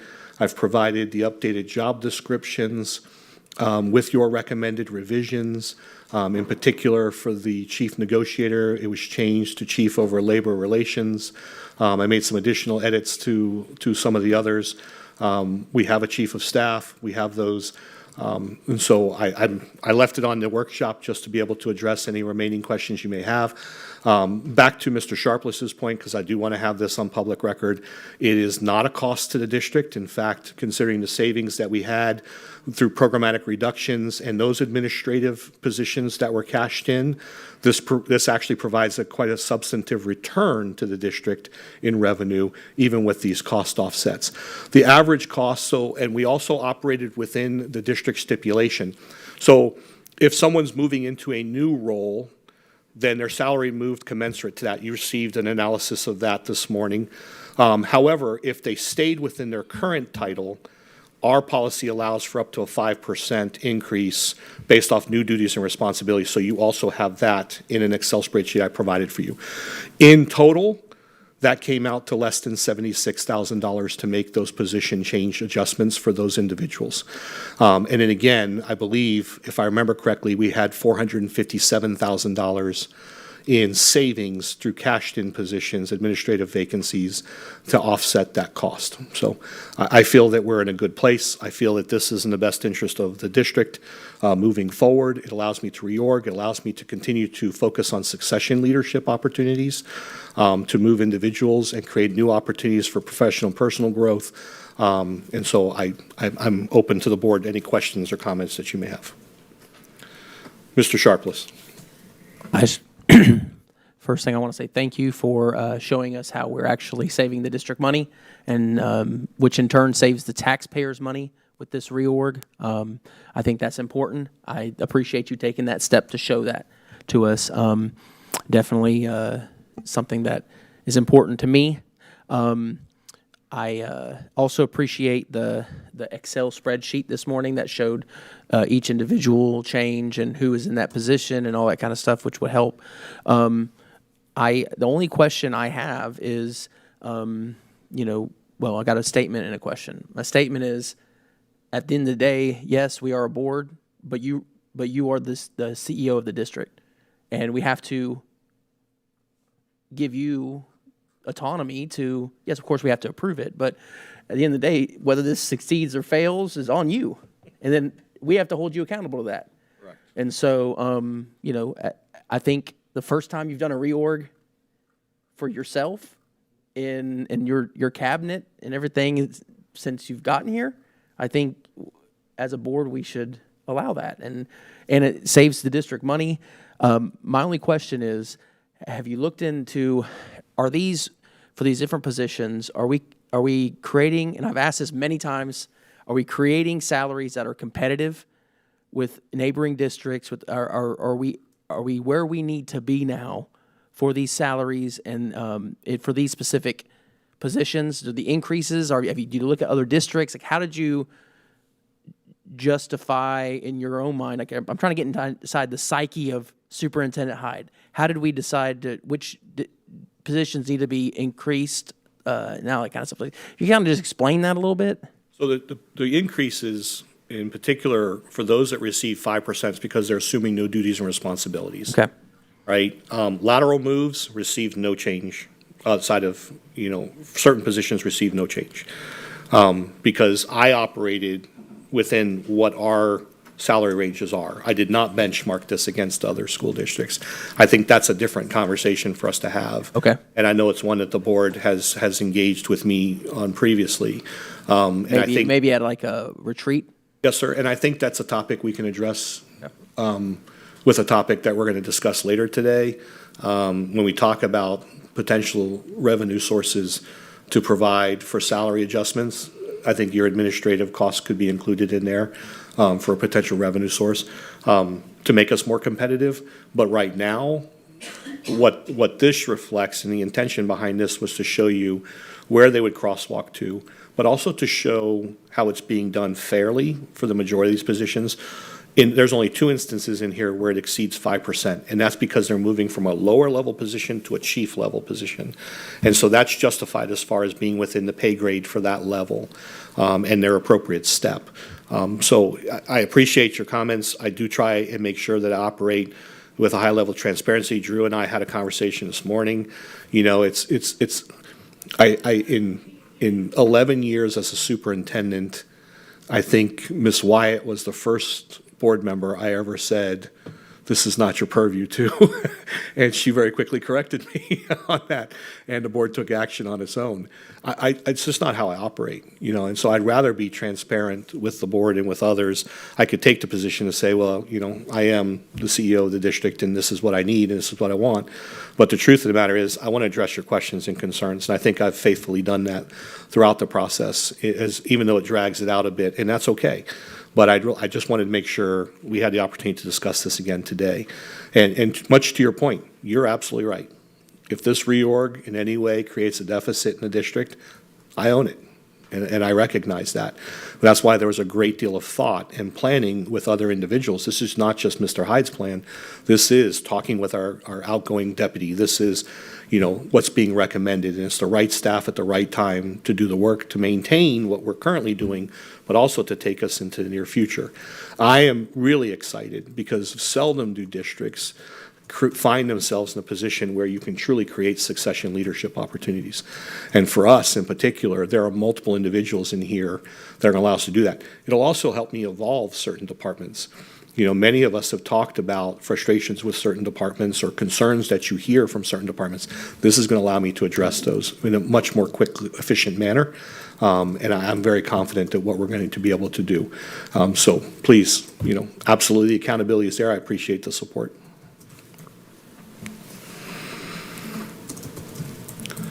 I see no further questions or comments on that item.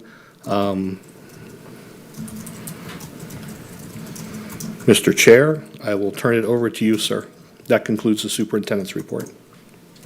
All right, thank you, Superintendent. It is now 2 o'clock. We are actually ahead of schedule, probably because we dropped that one agenda item. Do y'all want to take a little short recess? All right, let's do that. We'll do a 6-minute recess. That'll put us back at 2:10. Does that sound good? All right. You're fine for 8.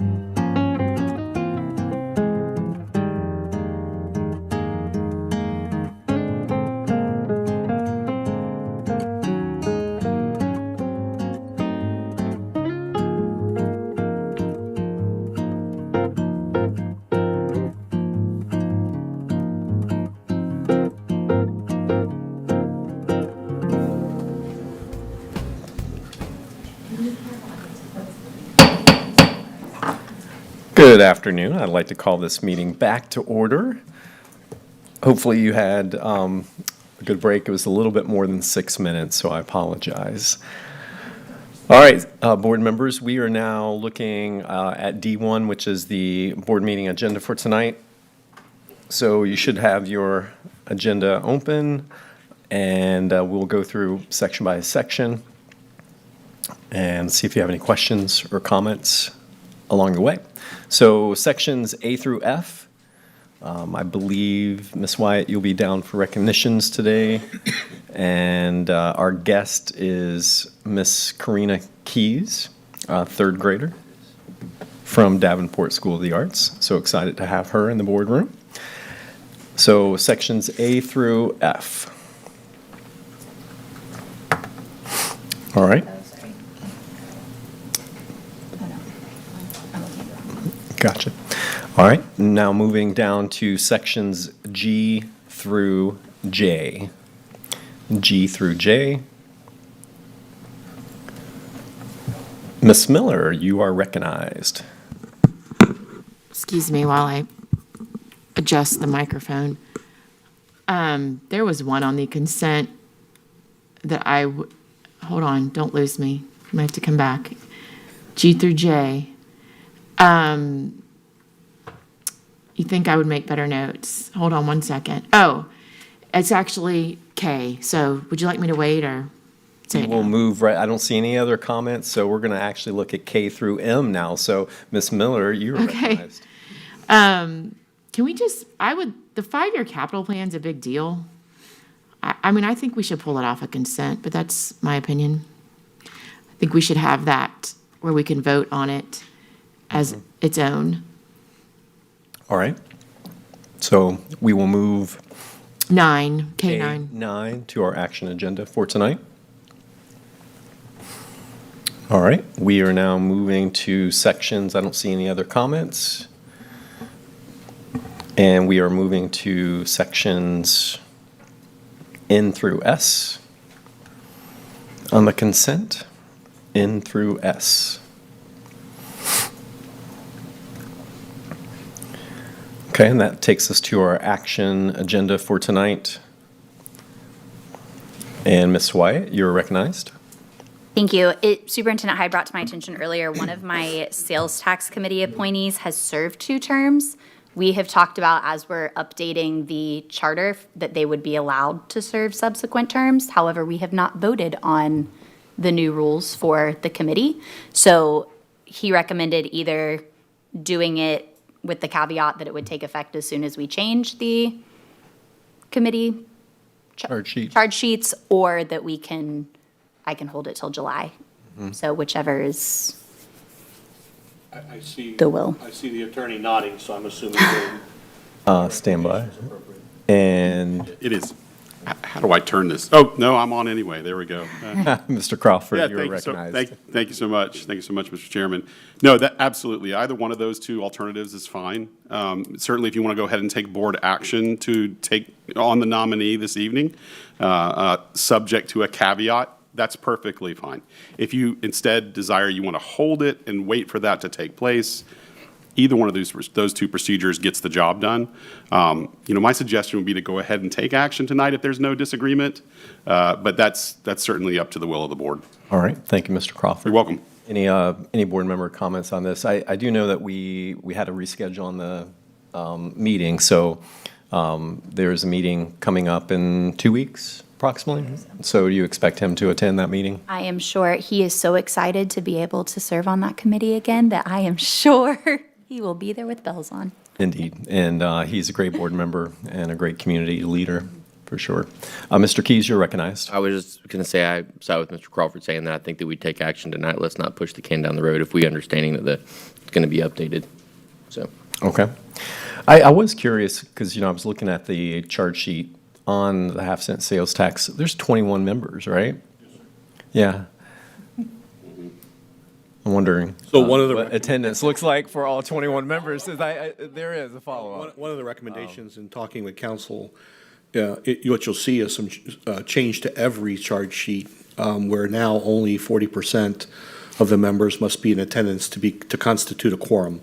that has been the standing policy in a finance committee. However, we're going to apply that across the board because that's what has ultimately led to last-minute cancellations or having frequent cancellations of committee meetings. And that plus the variation in membership, as low as 7 all the way up to 21, it does create a hardship. So rather than trying to find a different workaround, it made sense to go ahead and apply that rule to constitute the quorum. And then from there, I will work with Mr. Murphy, Mr. Crawford, to develop additional language, but then will allow, just as board members have used, as you've adopted a policy where so long as there's a physical quorum, that other members can participate and vote so long as they're traveling for board business or they have an emergency. And since you've approved that, we can then by virtue extend that to the committees.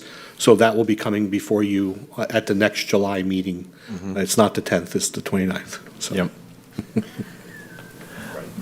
All right, very good. And then thinking through, I noticed that Ms. Wyatt's doing the ABC appointee as well. When is that meeting scheduled? Superintendent, are you? They just had one. No, it was rescheduled because of quorum, Oh, the quorum? Yeah. but if you give me 30 seconds, I can. And it'd be nice to know, are all appointees in place per district? And have they been communicated with? If that's something that we can look at, Ms. Linda? The next ABC committee. The next ABC committee meeting is on the 17th. They had rescheduled the one that was originally scheduled in May for the 17th due to quorum and the holiday weekend. So 17th of June? Yes. All right. So that's our action agenda for tonight. Any other comments, board members? Very good. And then we do have a public hearing tonight for our Code of Student Conduct. So we'll move into our public hearing to see if we have any feedback from our public. And then we'll go from there to our superintendent's report. Do you have something for us tonight, Superintendent? Yes, sir. All right. And then we'll transition to Mr. Crawford. I think we do have 2 items Yes. that we will need to vote on as a board as well. And then our auditor's report. No physical appearance at the podium here, but we have received quite a few reports, and I'll note those that we've received via email since our last meeting. All right. And then we'll wrap with our comments and public comments. Any other questions on the, okay. Mr. Crawford, you are recognized. No, I'm good, thank you. You're good? I'm good, thank you. All right. Very good. All right, that will now move us back to our work session to finish up and wrap up our agenda for today. So we are now moving to old business, which is E1, entitled Job Description and the Evaluation Instrument. So if you want to pull that agenda item up, and we'll just keep that conversation going around this one. I would just say during our last board retreat, we did unravel that timeline for the job description and evaluation, and here it's before you today. Ms. Yvette had provided the breakdown of job functions as it related to the job description to you on May 8th. Along with that, Superintendent Hyde sent the prior evaluation instrument that was used. And he sent that via April 30th via email. If you need to see that or reference that, that is attached here as well. Let's see. And then there should be the other instrument that was approved last July. That's there as well. Okay? So that's before you for discussion. And it is not on the action agenda for tonight. So if this is something that we need to change or modify, that would be a recommendation from you all. All right? And Ms. Wyatt, you are recognized. Thank you. And just confirming on the item for today, in case anyone else is struggling with it, the prior evaluation form and the current, the titles are switched, so they are both there, but they are titled backwards. So I apologize for my confusion previously. So I went through, and I know Ms. Vegas sent us the job description outlined of what, with bullet points underneath of what those things meant to her, which I think was very, very helpful for me in kind of where our breakdown in communication was for some items. And I want to thank Superintendent Hyde again for suggesting that, because I do think that's where the majority of the breakdown is just definitions.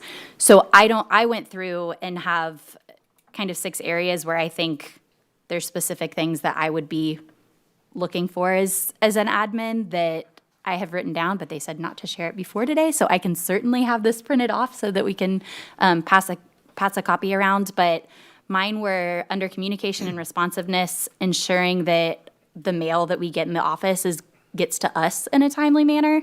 The 2 that came in that were in our boxes today, we did get earlier, but especially with end of the year, we had several things that by the time I got to the district office, it happened 2 days ago. So I don't know if we need to put in a timeline of it should be scanned to us within 24 or 48 hours, or it should be mailed within 3 business days. I don't know what those timelines are, but I think that would be a helpful standard to set. And then also, anytime there's parent and community communication received in the office, if it's directed out to staff, or if it's directed out to someone, if it's for one of our schools, that board member should be copied on it, because there's nothing better than running into someone at Publix that said, oh, I talked to your office, and not having any idea what they talked about. Then for board member support and onboarding, one of the things that we used to do when new board members came on is there was a sheet that had dietary restrictions, preferences on, do you want things in print? Do you want things digitally? Do you want me to help with your calendar? Do you want me to, that had kind of the basic, what do you expect checklist? I would love to see us bring that back so that it's just available for each board member. That way, as we're having conferences signed up for, as they're preparing, I joke with Superintendent Hyde, please don't give me a stack of papers because you've just killed a tree, because it's going to end up in the front seat of my car, and then it's going to end up in a trash can 2 weeks from now when my husband gets in my car to go to church. So just to have those preferences for each board member so that we're doing things efficiently. The next section was calendar and event coordination. This has been a big one as of late, and I think probably because many of us are going to many more events than we did during COVID. But following up on RSVPs needed for invitations, oftentimes we'll get, I know we got one while we were sitting here today, United Way, that's not until October. I'm hopeful I can make it, but I don't know what October looks like at this very moment. So if there is an RSVP deadline, following up with us before that deadline to say, hey, don't forget you got this. Are you able to attend for any of those types of events that are forthcoming? Additionally, when we have RSVP'd for events that are not, our one-on-one school visits, but that are more global, for example, the school safety guard event, following up that week of to say, hey, I have 4 board members RSVP'd, just want to make sure that this is still happening, that it's still at this location, and that we have all of the proper information before we show up places that we're there by ourselves or just with each other. And then researching and forecasting annual events. We have several that we know happen every year, Hearth, About Face, Volunteer of the Year, but making sure that if we haven't received those dates by the start of the calendar year, that we have those so that we're not scheduling meetings or other events in place of those. For agenda and meeting management, making sure that after reorganization, that information goes out to all staff, including committee assignments and introducing the new chair. That has somehow gotten lost over the year, but used to come from our office. So just a general, Dr. Allen was elected as chair, Mr. Sharpless was elected as vice chair. These are the new committee appointments if you need to contact any of them so the staff knows. Collaborating with departments to send welcome emails to our appointments. So we're doing several today, making sure that they are connected with someone it's not, great, you're on this committee, and where are you going? And then ensuring that all required attachments are included for any board items on the agendas. I promise I have 2 very quick sections left.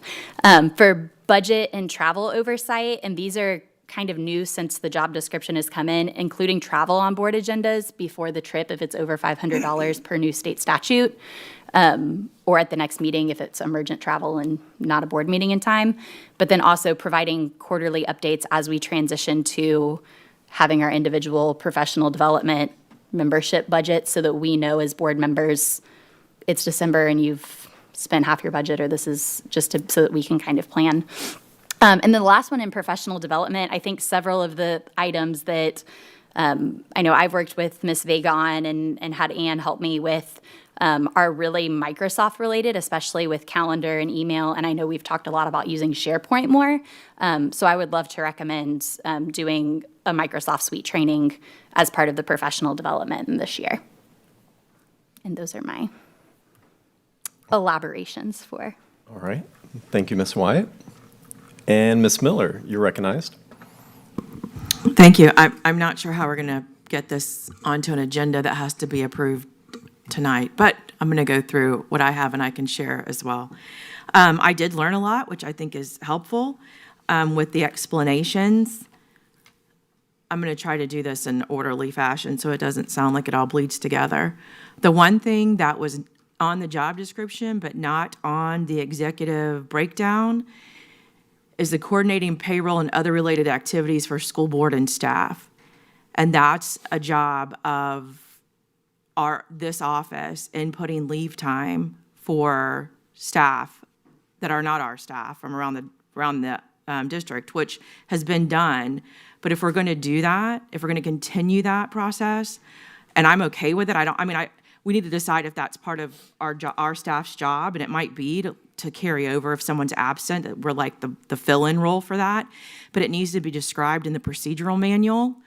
I'm not sure why it wasn't. Everything else has been greatly detailed, but that wasn't detailed.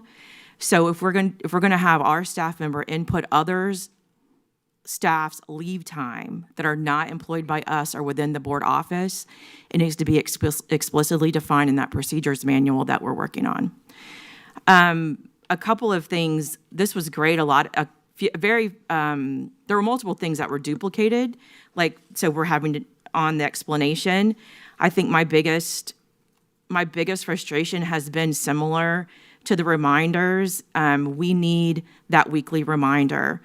Without it, things are happening with events and calendar notices that are being missed.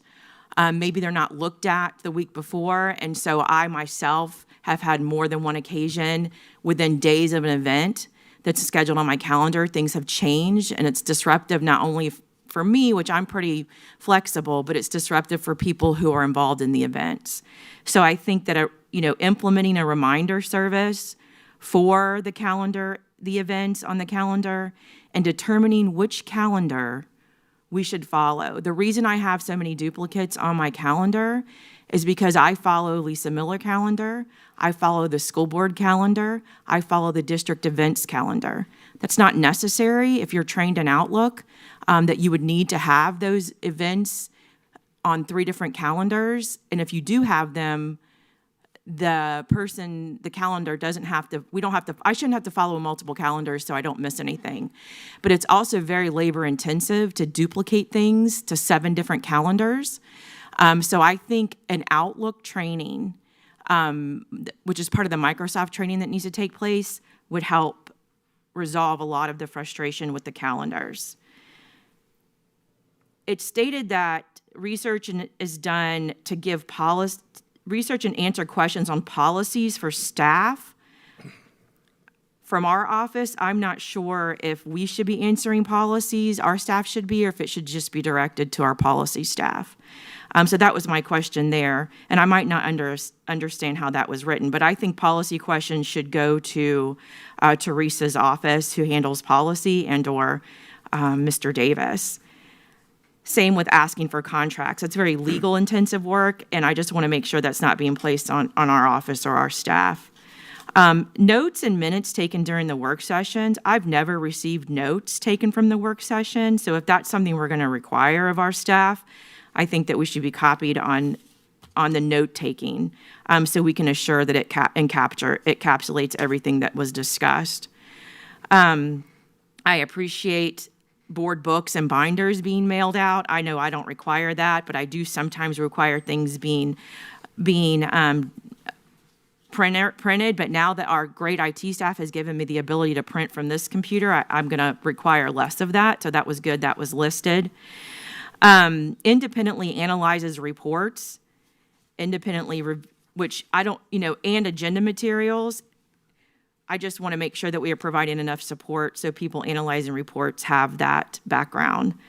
I do think that the biggest thing that stood out was when you look at the job description, it talks about works off, the tech side of Word and Excel and Outlook and PowerPoint. Executive assistant in our office should be trained in all of those, and they may be, but they may need to update those trainings depending on what we're requiring of them. But if they're going to be analyzing, creating reports, I think Microsoft is a great training that should be added or required in this job. I know that tracking things is important. Like, I may have received 2 emails in 6 months of people calling in the office for District 7, but I know other boards in other districts where their office does track the calls. So if they're getting a lot of transportation calls, the board can be made aware of that. Or, and so we're not in a public forum and asked about a topic that we may not know about that's been reported to our office. I think we should track those incoming calls, subject matter wise. I don't need the details, but, tracking what's coming in and reporting it to the board member that's assigned to that area, I think is important. As far as our mail, I've asked multiple times to scan mail because it was the easiest way to get it in the past. Those requests were not responded to, but I do have mail coming in courier to my home, which is an expense, but if that is the best way for me to get it, because I'm not driving an hour to Bartow 3 times a week, I would like for it to come in a timely manner. I do have a couple of things from May that could have been couriered. They're not important, but if we have a process to follow with that procedural guide, whoever sits in this seat will be able to follow it and not have to be frustrated with the requirements that are asked. I think this was great to list all of these things. I know we're in a pinch with time with July having our next meeting, so I don't know how, unless we talk to the attorney, based on today, what we can do with the time frame we're given, which is tonight's board meeting.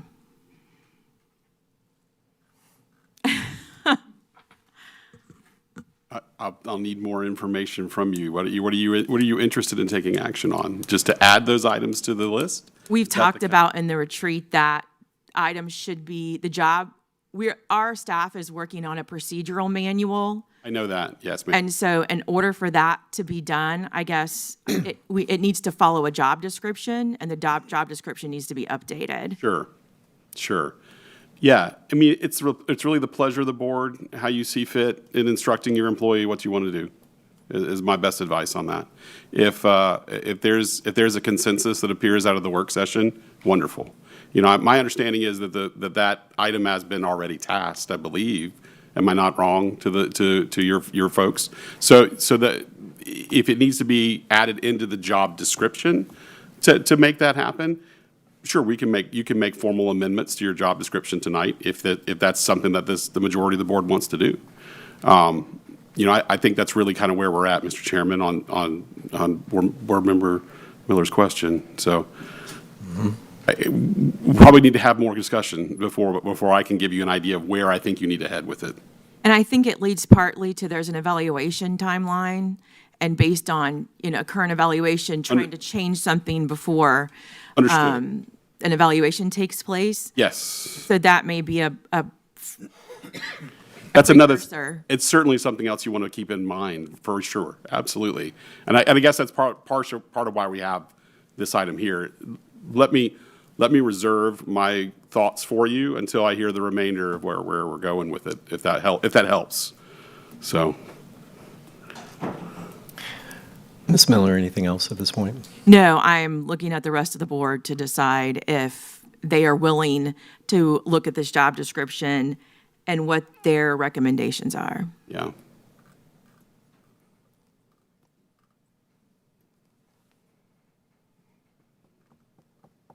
Mr. Sharpless, you're recognized. Yeah, I don't think anything that was mentioned here was certainly out of the realm of what I think the scope of the job should be. I mean, I don't think anything was inappropriate. you know. I would tend to agree that we probably shouldn't, with Board Member Miller's point, our staff shouldn't be processing payroll for other departments. So I would agree with that. But everything else I think was reasonable. That was brought up. I don't see an issue. I wouldn't have a problem with any of that stuff. I mean, as long as it's clear and it's in the job description, I think it's fair game. Thank you, Mr. Sharpless. And Mr. Keys? I'm going to agree. I think that all the points that were brought up are valid. I think that as long as there's a consensus amongst the group that's here, we have a kind of a clear path. But again, we have a timeline where if that's what the JD is, the JD needs to be finalized as an instrumentation to be able to do an evaluation from. The JD should match the evaluation. So if we're under a time constraint to make sure that happens so we can do an evaluation in a timely manner, time is of the essence, says, but I don't think anything was out of line from the suggestions that were made by both Board Member Wyatt and Board Member Miller. Thank you, Mr. Keys.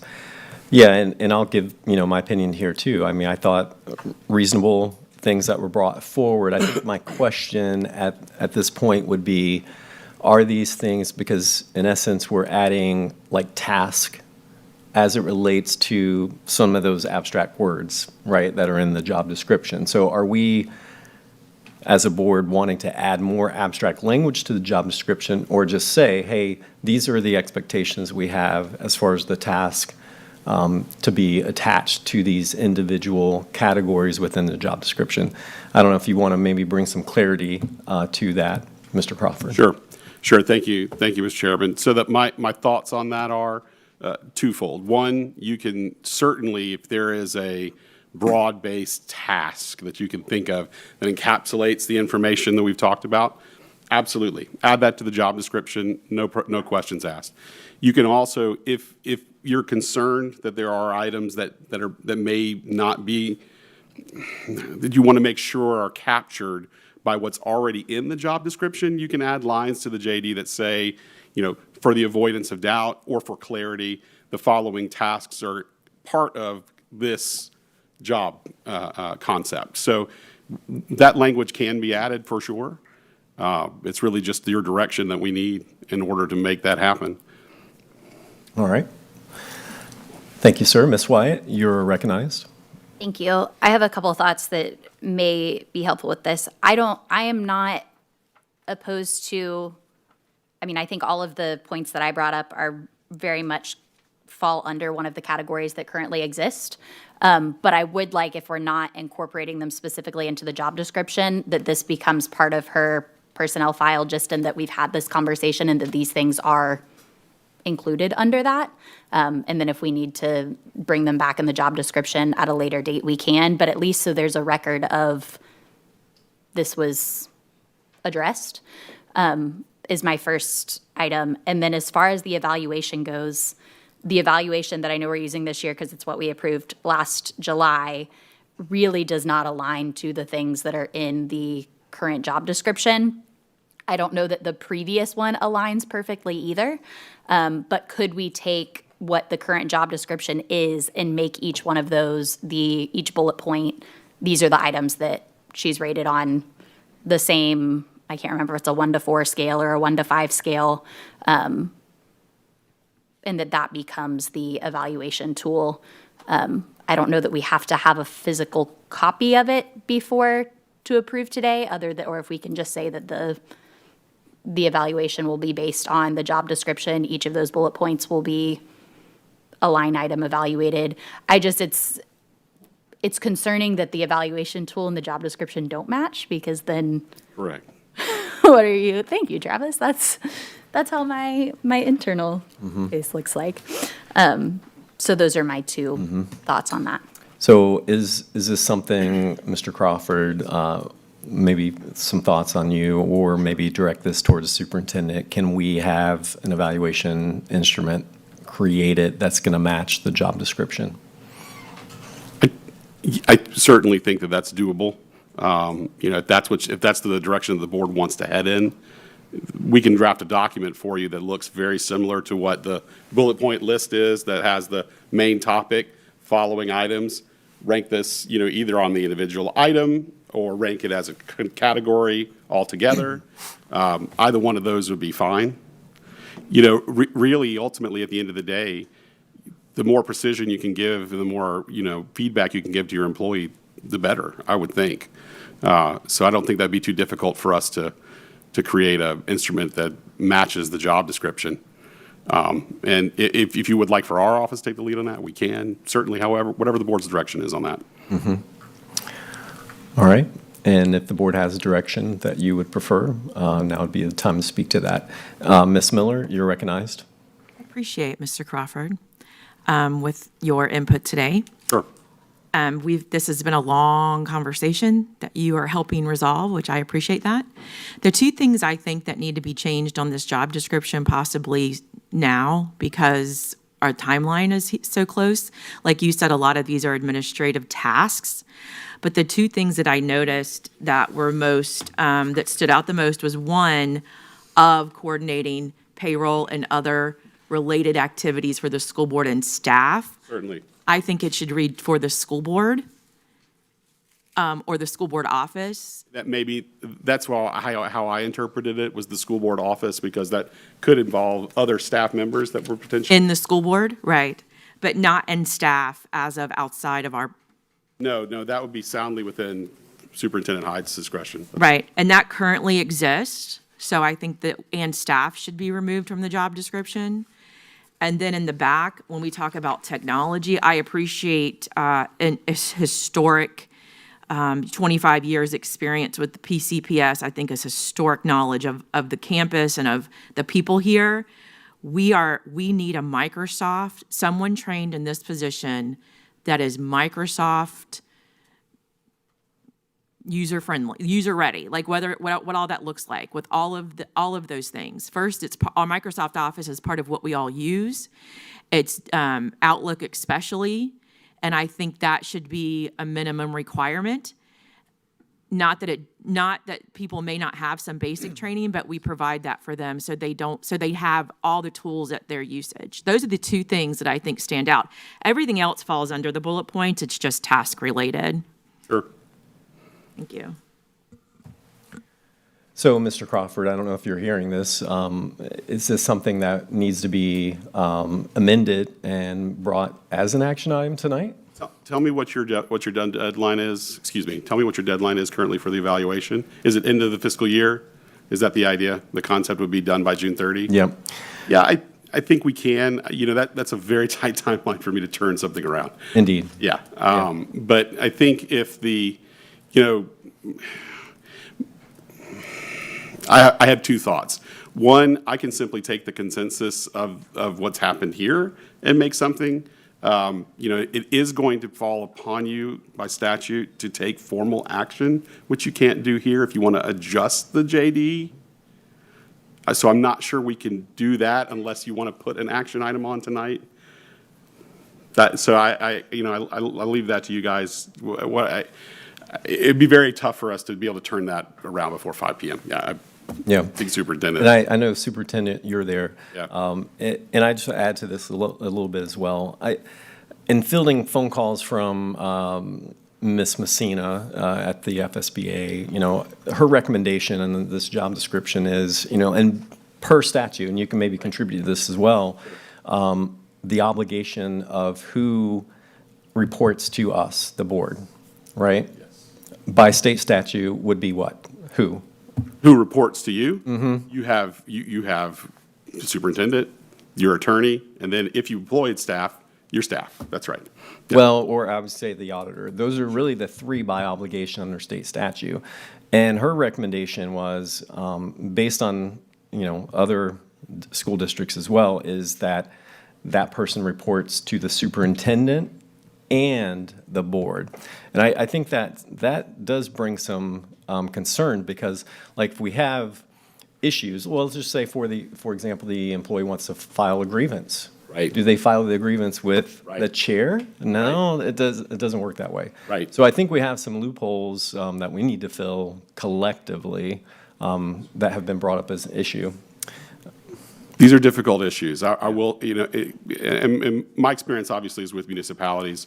primarily, but I will say that one of the most difficult questions they have is the clerk and who the clerk reports to. And that's exactly what you brought up today, whether that's to the manager or the board directly. Exactly, Mr. Chairman. Difficult concepts. Yep. Superintendent, thanks for your patience. You're recognized. So just a few things. Number one, if the board wants to take action tonight, which they could, to make a determination that the employee will basically be loaned out of my office to the board, I'm open and receptive to that with the understanding that I will contribute to the evaluation. So my evaluation will count as just as much as all other 7 board members, because every complaint and issue is going to come to me to deal with. I'm just going to be honest. And then secondarily, either the chair or the co-chair must be present during the evaluation review, because it won't just be handed to me to meet with an employee. So I'm very much open to that. I think those are reasonable expectations. As it relates to the job description, I would suggest the board can't take, and from my perspective, and again, you have an attorney for a reason, I don't think you can take action on a job description tonight because it's not drafted. It's not even, That's my main concern. I'd have to step out and make that happen. or the evaluation instrument. I don't think there's any way to do that in less than 2 hours, quite frankly. Not and capture all of your concerns adequately, or all of the, let me rephrase that, they were not concerns. They're areas that you'd like to see explicitly stated within the job description. I think that's a better way to say it. And then your evaluation instrument. So I think what's reasonable is that you have it done and we bring it at the July 29th board meeting for final review and approval, workshop it for your review as old business, vote on it that night, because at that point you have plenty of time for us to meet with the employee, review any potential changes, make sure that everything's in place, because no formal evaluation is taking place at that time so quickly into the next fiscal school year. So that would be my recommendation. It's either that or you're going to have to call a special meeting between now and the end of June to address just that topic. Those are the only 2 options as I see. But again, I always defer to your counsel. So. No, I completely agree. And I'd have to step out to work on that 100% and then try to compress what would take over, 2 to 3 weeks to get finished in 2 to 3 hours. Yeah. It's a very tight timeline if we're going to take action tonight. Yep. Yeah. So, and this would be the will of the board as well, but I mean, obviously, Ms. Miller has brought some items forward to be modified, as well as, my thoughts on who that individual reports to. I'd like to see that as an addition. Sure. And then obviously to be discussed as a board and voted upon as a board. So if y'all have any other suggestions of additions that you would like to have, this would be something you want to bring forward. Superintendent, you're I'm still. sorry, I just needed one more clarification because the topic of payroll came up. Historically, this position has done payroll for your employees. While they don't do mine per se, they do the attorney's salary, payroll, and they do the auditors. Just for clarification, because if this is going to become a shared responsibility, I want to know, are those 2 still being processed out of your office? And then I'll pick up everyone else, or are you assuming that the auditor and the attorney will no longer report through the board office for leave or for payroll? It's not the audit, I'm sorry. Stand by. Ms. Miller, you're recognized. I wanted to leave the school board employees part of the job description and staff, their employees. The employees of our employees are not our staff. And that should be returned back to a supervisory position in the district. I think just in my experience in corporate, you wouldn't cross over that supervisory line Right. of somebody else who has there's no accountability, checks and balances.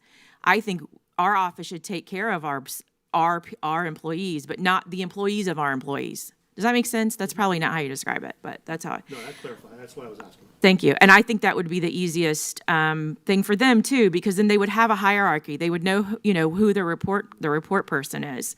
And I appreciate the superintendent volunteering to be a part of that, as the chair suggested, because it's twofold. You have someone that he's going to bring in the chair or the vice chair to sit down on the evaluation. But on the flip side of that, there's 7 individuals that have 7 different needs and 7 different expectations. And there was no reporting mechanism for any one of the 7. It was either collectively the evaluation is done or it's done, so it's not, I think it would be better representation. I appreciate the chair doing research on that, and I appreciate the superintendent taking on yet another responsibility that truly, as currently described, is not his. Thank you. Thanks, Ms. Miller. And Ms. White, you're recognized. Thank you. I just want to clarify, we essentially have 2 options. So the first would be we could vote tonight to allow this position to revert back to the superintendent's office as opposed to being a school board position, which then he can update the job description and bring it back to us in July. Or, You didn't like that? Actually, I did. I felt like that was a good suggestion. with yeah. our he would not have to, let me finish. Yeah, I'm going to let you finish. That's right. So either we could vote tonight to have it revert back to the superintendent's office, or it could come back in July if it's staying a board position. And we would have the conversation then about the job description. And your evaluation. And the evaluation instrument. Yeah. I mean, in Mr. Crawford, I love Yes. your contribution to that, but that would remedy our deadline as well, because that would give superintendent's office time to address that in a timely manner. Option July 2. 1. Yeah. Yes, I would agree, Mr. Chairman. Yeah, option 2 sounds like where the consensus of the board is headed. I think that's, not that in recognition of the superintendent's generous offer, as well as to add these items to the job description in a clarifying context. And I think that can be easily done. I don't think that's too much of an edit. I do think, though, that the superintendent's comments are well taken, that it's important to make sure that the employee's on the same page if there's going to be changes that happen, so that when this item comes back, July 2/9, not 10, it will, everybody has direction and everybody's rowing in the same way. That would be my suggestion, Mr. Chairman. So we need to add that to the action item. All right. Anybody else have feedback? I do see Ms. Miller. I just had one other thing, and this is where I think, I went back and watched the retreats that were available. They're not all available, and it was interesting to talk about the same thing so many times. But there are actually 2 items. So this, it seems like there's a resolution of some sort here. The second item, which would resolve many of the things that were listed task-wise, was a procedural guide that on April 30th, was it April 30th? We discovered they were in the creation, there was one being created or one being updated. Some things have happened task-wise that were very significant to my performance in the community. And so I requested, when will the procedural draft, I don't even need the whole thing, but I need a draft to be ready. I was given the date of June 3rd, then I was given the date of, it's not going to be ready, I will notify the chair when it's ready. So Chair, I'm asking that you put a hard line on a draft procedures manual, so these things don't keep going for months.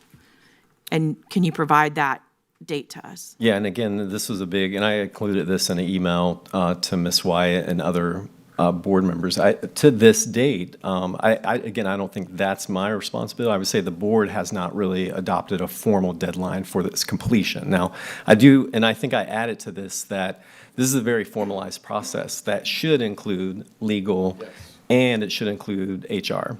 And it should not be placed solely on Ms. Vega. And I had mentioned that to the superintendent as well during that retreat, where I said, Superintendent, this is not her sole responsibility to create that procedural guide, which I value it, and I think it's important, but it should not be placed solely on her. I think there needs to be extra supports around that.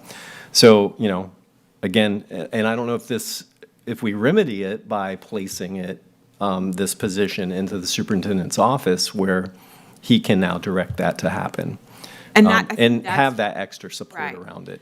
I think where the frustration has grown, January 2024, this started. Like, we need this because things are happening that are at no fault. You always go to the person and, you always go to the position and say, how did we support this position? There may need to be more supports in place. We are over a year. And so as a board, and I didn't direct the chair, that was what was given to me by my staff, that they were going to give it to the chair for the chair to decide when we would get it. So as a board, I would like for our board to be vocal on when they would want to see a draft procedural guide, whether it takes HR involvement, which it was hard. That's where we ran into the brick wall, because I call HR and ask for help. And they said, we don't have that. We've never had that. It had always been housed in the office, which technology didn't allow it to stay, because when it was housed, it was in paper. And so with all of those factors in play, we as a board need to say when we will see a procedural draft that can be edited and then voted. And I don't know that we need to vote on it, but edited and then decided upon. Yep. And see, that's where I think, as a chair, I've run into those issues by what you're describing is it's not my purview to direct staff, HR staff, to help, right? It's my purview to direct the superintendent, to direct his staff to do that. So that's where I think those gray areas are. But by placing Ms. Vega into his office, there can be that stronger direction that way from a board perspective. And I think that even comes to other issues. It's not my purview, it's not our purview as a board to circumvent superintendent to direct staff to do certain things. So I wanted to value that line in a sense, and I think this could remedy that issue. Can we direct the superintendent, that still doesn't give us, do we need to wait now until the change is made and then 30 days from now say, superintendent, when will you have a draft? Is that what we're most convenient? I do see superintendent that wants to speak on this, but we do have other people in line. So Ms. Wyatt, if you want to speak, and then we can have superintendent address Ms. Wyatt or Ms. Miller's question. I was just going to ask, which may be what the superintendent was going to say, because sometimes we think alike, not often, but sometimes. But is that something that we can request of, if we're making the motion tonight to move it to his office, that's something that you bring us back on the 29th? It doesn't necessarily have to be the full draft on the 29th, but at least this is our timeline, this is when it will be completed by. Yes, ma'am. Yes, ma'am. Or my recommendation was going to be just make a simple motion tonight and establish that as the expected deadline and let the board vote it up or vote it down. But those are the two best pathways to do it. If the board takes a vote this evening saying that this will now become a shared position, as we've discussed, then, and absolutely the board can give me the directive to make sure that you see a draft of that handbook, with the understanding that it may not have the full vetting of legal and HR or my office. And I think everybody understands that when we say draft. And then we'll take feedback and we'll continue to revise it. But those are the two ways that I could see it happening. Either, again, vote yes, the position changes, direct me, or you can make a motion this evening, vote it up or vote it down as to establishing a deadline of June 29th for that draft to be provided to you. Thank you. And can we get that added to the action agenda? Thank you. All right. Very good. I don't see any other comments on that. Thank you, board members. Thank you, Superintendent, Mr. Crawford, and your contributions. We are now moving to E2. This is, and you want to be with us, Superintendent, so don't leave your chair there. This is an important one. Okay, all right. So, we've been at this for a long time, and as recommended by you as well, we wanted to get some feedback from the superintendent and his staff on some possibilities as it relates to the additional millage. So if you want to present these concepts and ideas to us, Superintendent. Sir, thank you, Mr. Chair. Board members. Stand by. Sorry, one more. Mr. Sharpless wanted to jump in here. I mean, we have a grievance scheduled for 3 o'clock. Can we do this after the grievance, please? We have people here. Would that be better? I think it would be. For that way we can have the grievance and then we can finish this after. I mean. Yeah. Yeah, I think that's a good idea. That would be my suggestion. Let's go ahead and get the grievance out of the way. All right, so we'll go ahead and recess to allow our grievance to establish and get set up. and we will re-adjourn in, let's say, 10 minutes. Yeah, that's an excellent call.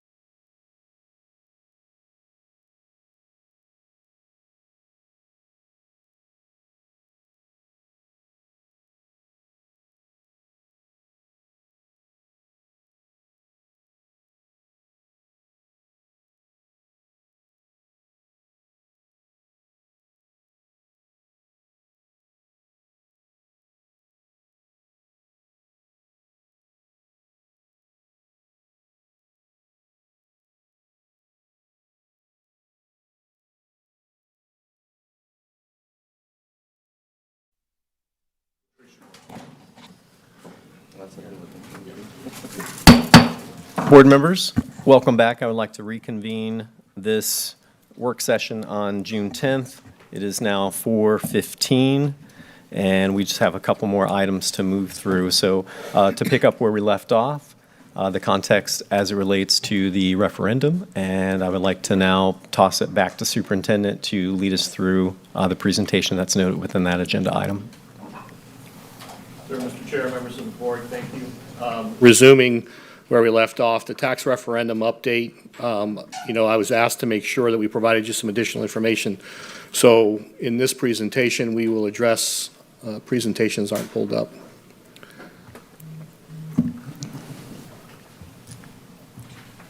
Can we pull the presentation up? Thanks.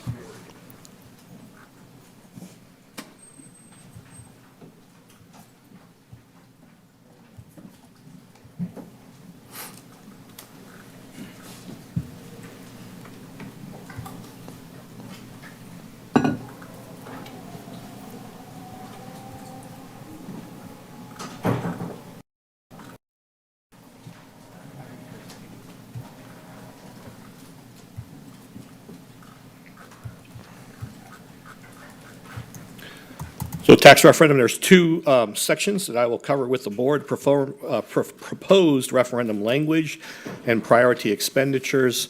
Starting with proposed language, board members, you were provided with a comprehensive list of referendum language from a variety of school districts around the state, all of whom had successfully either passed or renewed or expanded their current referendum. So you have two suggestions here. Please know that these suggestions are based off of language that we found available. We tailored it to Polk County Public Schools specifically. I gave you two unique options here, somewhat similar, obviously, but for you to consider. Now, obviously, this is pending final legal review, recommendation from them, and also ensuring that the county commissioners would approve it, and then ultimately it goes to the elections office to be placed on the ballot. So you have two suggestions here. Suggestion number one: shall the Polk County School District levy an ad valorem operating millage of 1.0 mil annually for 4 fiscal years, beginning July 1st, 2027, and ending June 30th, 2031, to provide funding for necessary operating expenses, including the recruitment, retention of quality teachers and support staff, expansion of the fine and performing arts programs, enhancement of career and technical education, workforce opportunities, and improvements to school safety and security, with funds shared proportionately with public school charters as required by law, and expenditures monitored by an independent citizens financial oversight committee. Suggestion 2 is similarly worded: shall the Polk County Public School District levy an additional 1.0 mil in ad valorem taxes annually beginning July 1st, 2027 and ending June 30th, 2031, to fund necessary school operational needs, including the recruitment and retention of quality teachers, expansion of career and technical education and workforce development programs, improvements to school safety and security, and preservation and enhancement of fine and performing arts, and other educational initiatives, with funds shared proportionately with public school charters based on student enrollment, and all expenditures overseen by an independent citizens oversight committee. So again, trying to provide you with two samples to start the discussion around, because I know the board has stated repeatedly that you'd like to move a little more expediently as it relates to these issues. So let me cover the revenue summary. So right now, our projections indicate that a 1 millage ad valorem increase would generate anywhere from $72 to $80 million annually. As noted previously, districts across the state have used these funds to help provide direct supports to address salaries, school safety, fine and performing arts programs, career tech ed, and workforce development initiatives.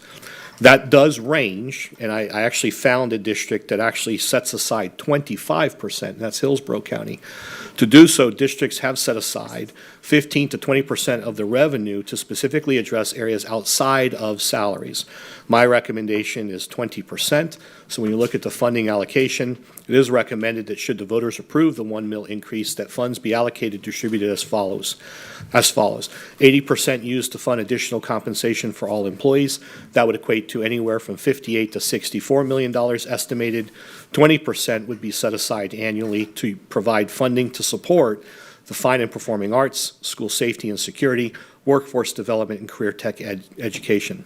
That 20% set aside annually would equate to approximately $14 to $16 million each year. Priority expenditures. So we identified these priority expenditures, but the first thing I need to make sure that we address is the portion about recruitment and retention allocation, or the funding that would be used for salaries. Under Florida's Public Employee Relations Act, school boards must bargain in good faith with certified unions like the teachers union or support personnel unions for any new revenue, such as that generated from a voter-approved tax referendum, if it's intended to affect staff pay for benefits. So again, based off our review, we would have to bargain the 80%, not the entirety of the referendum. So if the board opts to retain 20 and use it for other priorities, the 80% that's directly used for salaries is open for bargaining. And that's how every school district has addressed it. Even if the referendum states that funds will be used for salaries, implementation will still require bargaining regarding the amounts. In many districts, as you've seen, as you've done your own research and information we've provided you, the amount allocated for salary enhancements for retention and recruitment initiatives has varied from classroom teacher to paraeducator to bus driver to various positions around the school districts. You also have to bargain the distribution method. Distribution method could be something as simple as how frequently will we disperse those funds? Will they be spaced evenly across every paycheck? Will they be paid out twice annually? Will they be paid out once annually? Those are the things that need to be addressed. Eligibility. Who is eligible? So this becomes a point of concern.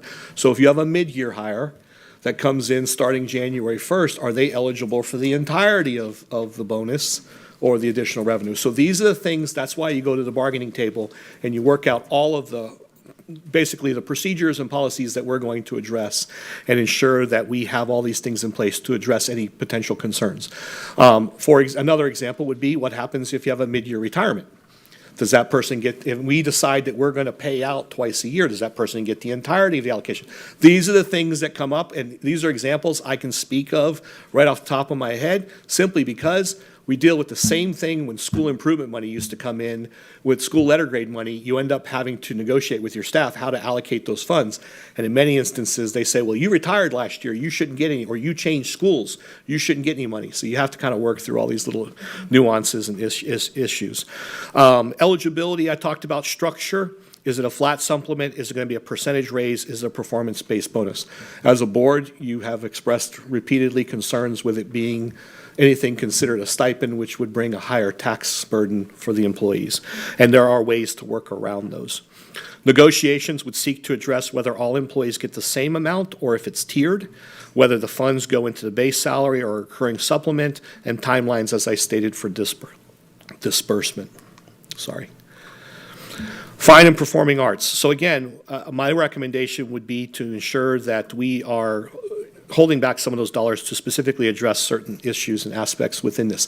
I did not give you dollar amounts. And the reason you're not going to see any dollar amounts is all of this is based upon, number one, your final review, but number two, also the issue that we're currently dealing with as we evaluate all of our campuses for deferred maintenance.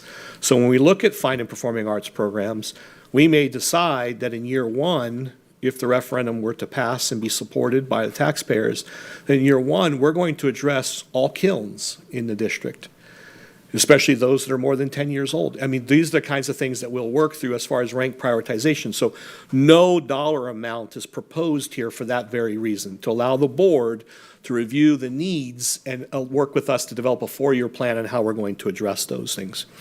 But I did provide you some generic examples here. Grade level arts enrichment events and activities. We could identify and fund age and developmentally appropriate field trips for elementary and middle school students. At a minimum, these activities would target students in grades K, 1, 3, 5, 6, and 8. It has been something I've wanted to do for a very long time, especially when we talk about the whole child. What are those exposure opportunities that we have for enrichment for our students? For example, do we believe in kindergarten every student should minimally see a theater performance? Do we believe that every first grader should see an orchestra? Do we believe every third grader should be able to see dance or do a different type of field trip with environmental science? These are the things that we can work through with funding from the referendum. Expanding the arts access for K through 5. Develop, and under there, we would develop a 4-year cycle to ensure that all schools receive funding for music, theater, and dance equipment, uniforms, and materials that support performing arts programs. Musical equipment is incredibly expensive. As you pay attention to our expenditures from those areas, a French horn can be $5,000. So it's important for us to recognize that our ability to replace, not just repair, but replace, or as we go into situations where, a new school always gets new equipment, right? But what's the plan to replace that 10, 15 years down the road? There typically isn't one, and we do a refresh as we can, and we basically use the existing budget. So this would allow us to do a little bit more to expand those opportunities for our students and our staff. And then lastly, stage, sound, and lighting enhancements. Develop a 4-year cycle to address any stage, sound, and lighting needs at all of our schools that prioritizes schools based on the results of the district-wide deferred maintenance plan. The next area would be school safety and security. And please note that these are not in any rank priority, right? Fine arts is not more important than safety. Safety is not any less important than anything else. It's just how they came to my mind as I was putting this together. Obviously, we would use some funds to continue to expand and support behavioral threat assessments and mental health supports, fund additional staff with training and early intervention and identification to respond to potential threats, expand access to school-based counselors, psychologists, and social workers, implement programs like anonymous reporting apps through Fortify Florida, and promote digital citizenship. Facility hardening and safety upgrades. We're already making some progress on this, but you know the cost associated with putting the tinting and window film on our campuses. So to get all schools covered is going to be a long-term cost, but this could be something we could expedite as a result of this funding. Upgrade locking mechanisms to include intruder locks on all classroom doors, add exterior fencing and gate controls for all campuses lacking defined perimeter security. Thankfully, we don't have any of that, but we do have some opportunities where we could expand our gates and fences. Next would be surveillance cameras systems, replacing outdated or non-functioning cameras with high-resolution cloud-based systems. One of the most frequent requests I get, and I think many of you hear this from your principals as you visit schools, is they'd like to add more cameras. I know for a fact Mr. Keys and I had this conversation very recently. But we already spend well above and beyond our Safe Schools allocation each year just to put SROs and guardians on our campuses. And so this funding would go a long way to help offset and ensure that we have these things in place. And then lastly, under school safety and security, continue to enhance our communication systems. One of the lessons we learned very recently during last year's hurricane season was that if the cellular network goes down, in this case, one of the major cellular networks was not operational here in Polk County, our ability to communicate was non-existent. And so there are other types of communication, cellular-based and Wi-Fi-based communication devices that we're purchasing 40, for example, for this year. But to be able to place one in every school, 40 will cover all the district senior admin who respond to hurricanes, and all of our shelters would have at least one radio, so they're constantly in communication. It's the same device that law enforcement and other agencies use to ensure that they can stay in constant contact with each other. So those are types of things. And then lastly, within there, the security camera systems, and I apologize, and I can add it to this, is the software upgrades. We've talked about, and I've shared with you in the past, There are AI software programs that would help us identify and eliminate human error with reporting potential threats, because the camera system would notify law enforcement directly and school administrators. Next, under Workforce Development, Career Tech Ed, expansion, continue to expand our pathways, build out our career academies in healthcare, construction, cybersecurity. Really excited to really focus this too and push it down to middle school. I think we continue to miss an opportunity to get these opportunities and exposure events for our students down in middle school. Develop workforce training labs. This is one of the ways we're currently, as you know, developing a STEM bus in Polk County that'll be able to travel around the school district, especially to our elementary schools, give our kids some access to additional hands-on STEM-based activities. We could do the same thing with workforce-based vehicles. Paid internships and job coaching. This would allow us to expand these opportunities for our students, work more collaboratively or continue to work collaboratively with our community-based partners, some of whom can't always afford for an intern, but would love to have one and give the kids the experience within that area. Equipment and facilities. This is really about Travis, Ridge, and our school-based programs that constantly need a refresh of their equipment, and there's only so much federal funding that's allocated each year, which means that we are constantly having to rank prioritize. But when you look at a large-scale program like a Travis or Ridge, ensuring that they have current industry standard equipment is essential, because otherwise you're training kids on outdated equipment, outdated skills moving forward. And then lastly, just to make sure that everybody feels comfortable with the process, is making sure that we're ensuring oversight and transparency. As outlined in the proposed ballot language, these funds will be monitored by the Community Finance Committee. Community Finance Review Committee provides an independent, community-based perspective on the district's financial practices. We already talked about this. You'll hopefully be taking action on this at the July 29th school board meeting.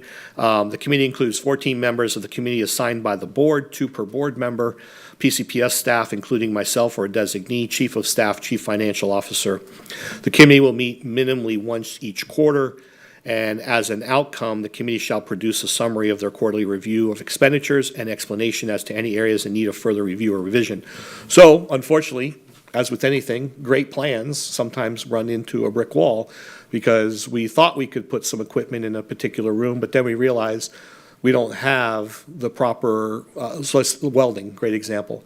You got to make sure you have enough amperage to support a welding program. You've got to make sure that the ducts are there so that air quality can be maintained. So sometimes that infrastructure, if it wasn't thought out in advance, and we're pretty good at this, so it's a bad example, but it's a good example from the perspective of those would restrict or limit or impair our ability to expand a welding program, right? So the committee will come back and report out, okay, we had this planned, but we're delayed in our timeline because of permitting, because of whatever the issues are.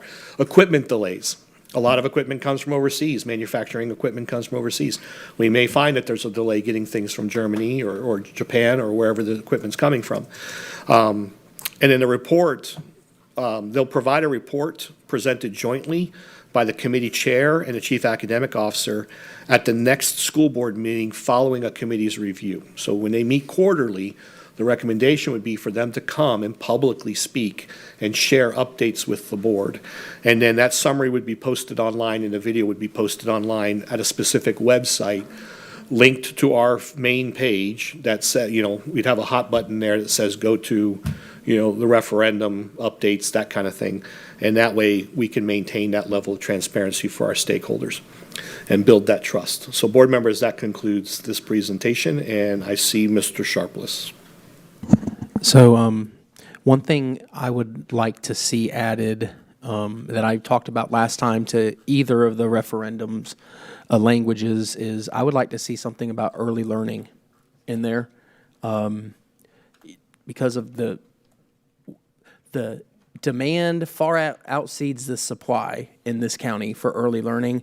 The product we get coming in, the kindergarten readiness, significantly lower than the state average. So if we could add something like that, that would be my preference to the list of what's already there. I think all that's good. And then I was also wondering, just the recommendation is 80-20. Is that hard? Is that what you, I'm trying to say, is like that something that we will discuss as a board, or do we want to go more, less? That's my recommendation. Okay. I think while I was encouraged that Hillsborough County went to 25%, I think that when you actually then do the math, because charter schools get their fair apportionment, and then you take our 14,000 employees and just do an even distribution, the number starts to drop fairly significantly. So that's why I felt comfortable at the 20. But this is the board's referendum, and I take direction from you. No, I was talking about going the opposite way. 85-15 is what I was thinking possibly, just so we can increase that salary a little more. But what would that look like? That 5% difference? Is it? So 5% of 80, you're looking at what, another four? And Okay. divide that into 14,000. I mean, let me run the math real quick Okay. while you're speaking. And because we're still workshopping it, right? So Correct, there is no vote on this evening. So if you could get, maybe, I think it would be good maybe to give us options on what different levels would look like, different spreads, so to speak. But my big thing was I would like to see early learning in there as one of the options, or in the proposed language. I'll defer to the board. Okay. Mr. Keys. I was just going to say that based on the language presented, suggestion 2 is my preference on that, but I do agree with Mr. Sharpless that I don't necessarily want to add too much for the voter to do that, but I think early learning is important. So if we can make that to where it's easy to understand and identify, that's good. But again, I think the spirit of what we were trying to do really revolved around all the discussions thus far have been on more compensation for our educators, right? So I'm happy with the 80-20 mix. I think that we'll find out in our, I guess, broad explanation of the 20%. I think that helps us out a lot. It doesn't back us into a corner. But those things need to be addressed, school safety and enhancing the arts. I think these are all important. So I think what that mix is good. And I'm curious, too, to see what that, although we don't have exact numbers, right? This is not an exact science because we don't know what the funding looks like yet for that. I think what you've done in there in the presentation, giving us a range, is helpful. And I guess you were going to, I'll pause my comments to use, it looks like you've got that 5% difference. $300. How much? $300 per employee. Per employee. $300 annually? Yes, sir. Yeah, I'm fine with the 80-20. It really, it's $4,800 at the 15%, and it's $4,571 or $4,600. So it's really not even 300. It's it's right around Right. 260. Yeah, so I'm happy with the mix, but again, I think with the language on the suggestion 2 and the language is my preference on that. And then again, if we could put a little excerpt in there for early childhood education, I think it enhances that.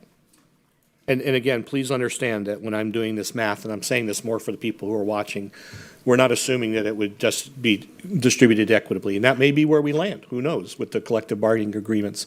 But just for ease of math, that's how it would play out. But again, it's very typical for districts to adjust the pay ranges for different employee groups. Thank you.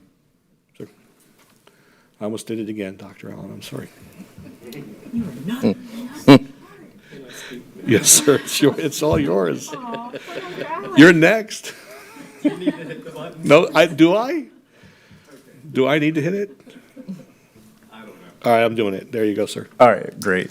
No, I appreciate the presentation. Looking at your suggested referendum language, I thought number 2 would resonate well with our community as far as the order of those items.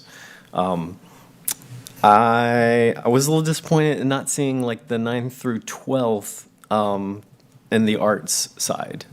I hate for us to, leave out that population. I could definitely understand like improving some of those at the K through 5 level Oh, and so I see forth. what you're Yeah. Just maybe an opportunity to build some growth in that category. Yeah, exactly, was stated by Ms. Wyatt. Well, they're the ones with the auditoriums and the theater. I know, I'm with you. So, and I don't know, in suggestion two, the difference in the language there is in your sequence, you say at the very end, and other educational initiatives. It might be a little broad and open-ended, but I mean, it does give flexibility as well. But I could maybe see that area there being related to early childhood, as Mr. Sharpless has mentioned. And just seeing that sequence, definitely can see that our community would resonate with that. The 80-20, I'm in agreement with that. The possibility of merit-based is something that I would definitely be in favor of. And absolutely, here's a flat, supplement, if that's the direction we would be going. But giving an opportunity for some merit-based opportunities, I think, would be something that would be of value as well. Those are all I have at this point. Thank you, Superintendent. Would you like me to change to the next speaker, sir? I'm comfortable, thank you. Ms. Wyatt. Thank you. I thank you for your team's work on this, Superintendent Hyde. I lean towards, for the suggested referendum language, suggestion 2. I think that I know the answer to this, but is that something that we could put out through in city to test, like to do an A/B test for the language? Is that? What I would like to do is first run it through council, and if they are proving that this language might be something that would fly and could be, then yes, we could test that language. Okay. Yes, ma'am. I would be interested personally if we were to put out an A/B test with suggestion 1 and suggestion 2 to see if either had a more positive response than another. It just would be an interesting case study in Yes, ma'am. what would be more favorable with the public. And this is an interesting one because sometimes is more better or is less better? Because I feel that as we go out to message this, the more specificity we can give as to how those dollars will be used, the better it's going to be. But there's no way to really incorporate that in here. So Right. that's, and the other educational initiatives was left in there kind of as a placeholder, so you guys could, the board could direct, hey, we'd like to add this or delete this or make these changes. So early childhood seems like it's well received. We can definitely work up some initiatives around that as well. And Mr. Chair, there are no further questions or comments there. Thank you, Superintendent. All right, board members, appreciate your feedback on that, and thanks again to the superintendent for bringing that forward to us. These items that are remaining, as it relates to new business, just to bring that forward as a signpost, just to have context that these are action agenda items for tonight, if we want to speak to these at all. I would say that the election of the FSBA district directors is time-based, so it does need to be voted upon tonight. So, board members, any other comments, feedback on that? Mr. Sharpless, you're recognized. Chair, what is the recommendation for the director and alternate? Yeah, I mean, the will of the board is there. I've been serving in that capacity. I've found value in it and have enjoyed serving in that capacity, but it's the will of the board at this point. For a recommendation. Okay. So we have currently Ms. Fields that serves as the alternate as well. Well, I will just say that hopefully on Thursday, I will be sworn in as the 2025-2026 FSBA treasurer. As an executive officer, I will already be on the board of directors, so I will not, I would not want to serve. You can't serve twice, not two of me, so Yep. I would not be eligible. And that's a congratulations to you as well for securing that position. Thank you. Appreciate Great it. opportunity to represent us. Potentially. Potentially. I still have to get voted in. Indeed. So thank you, Mr. Sharpless. All right. I don't see any other comments on that. At this point, we will adjourn and reconvene back at 5:15. Do we need to make a motion tonight to leave, are we making the motion to leave it the same for the board of directors? Yeah. Okay, I just, I mean, it's up to you as a I mean, board. if you two want to do that. Somebody confirmed with Ms. Fields? Yeah, that Mrs. she's Fields, I okay? think we'd have to check with her to see if she wants to remain as the But you were alternate. handing it to me. Yeah, that's a challenge, Oh, ma'am. to be able to get in communication with her at this point. I can make a phone call here as well. Attempt, and then we can always Yep. move to make, we can make whatever motion we want to Yeah, and I tonight, think right? Yeah. between that, now and then, if we were voting on it tonight, we'd somebody to reach out to her. Yep. Okay. All right, any other comments at this point? We will go ahead and adjourn our work session, but let's do a 5:15 start for our board meeting tonight. That gives us enough time to switch and take care of any other things we need to tie up. Okay, any other comments? Y'all hear about that? Y'all hear that down there? So 5:15. 5:15 is when we will begin our meeting tonight. At this point, we are now adjourned.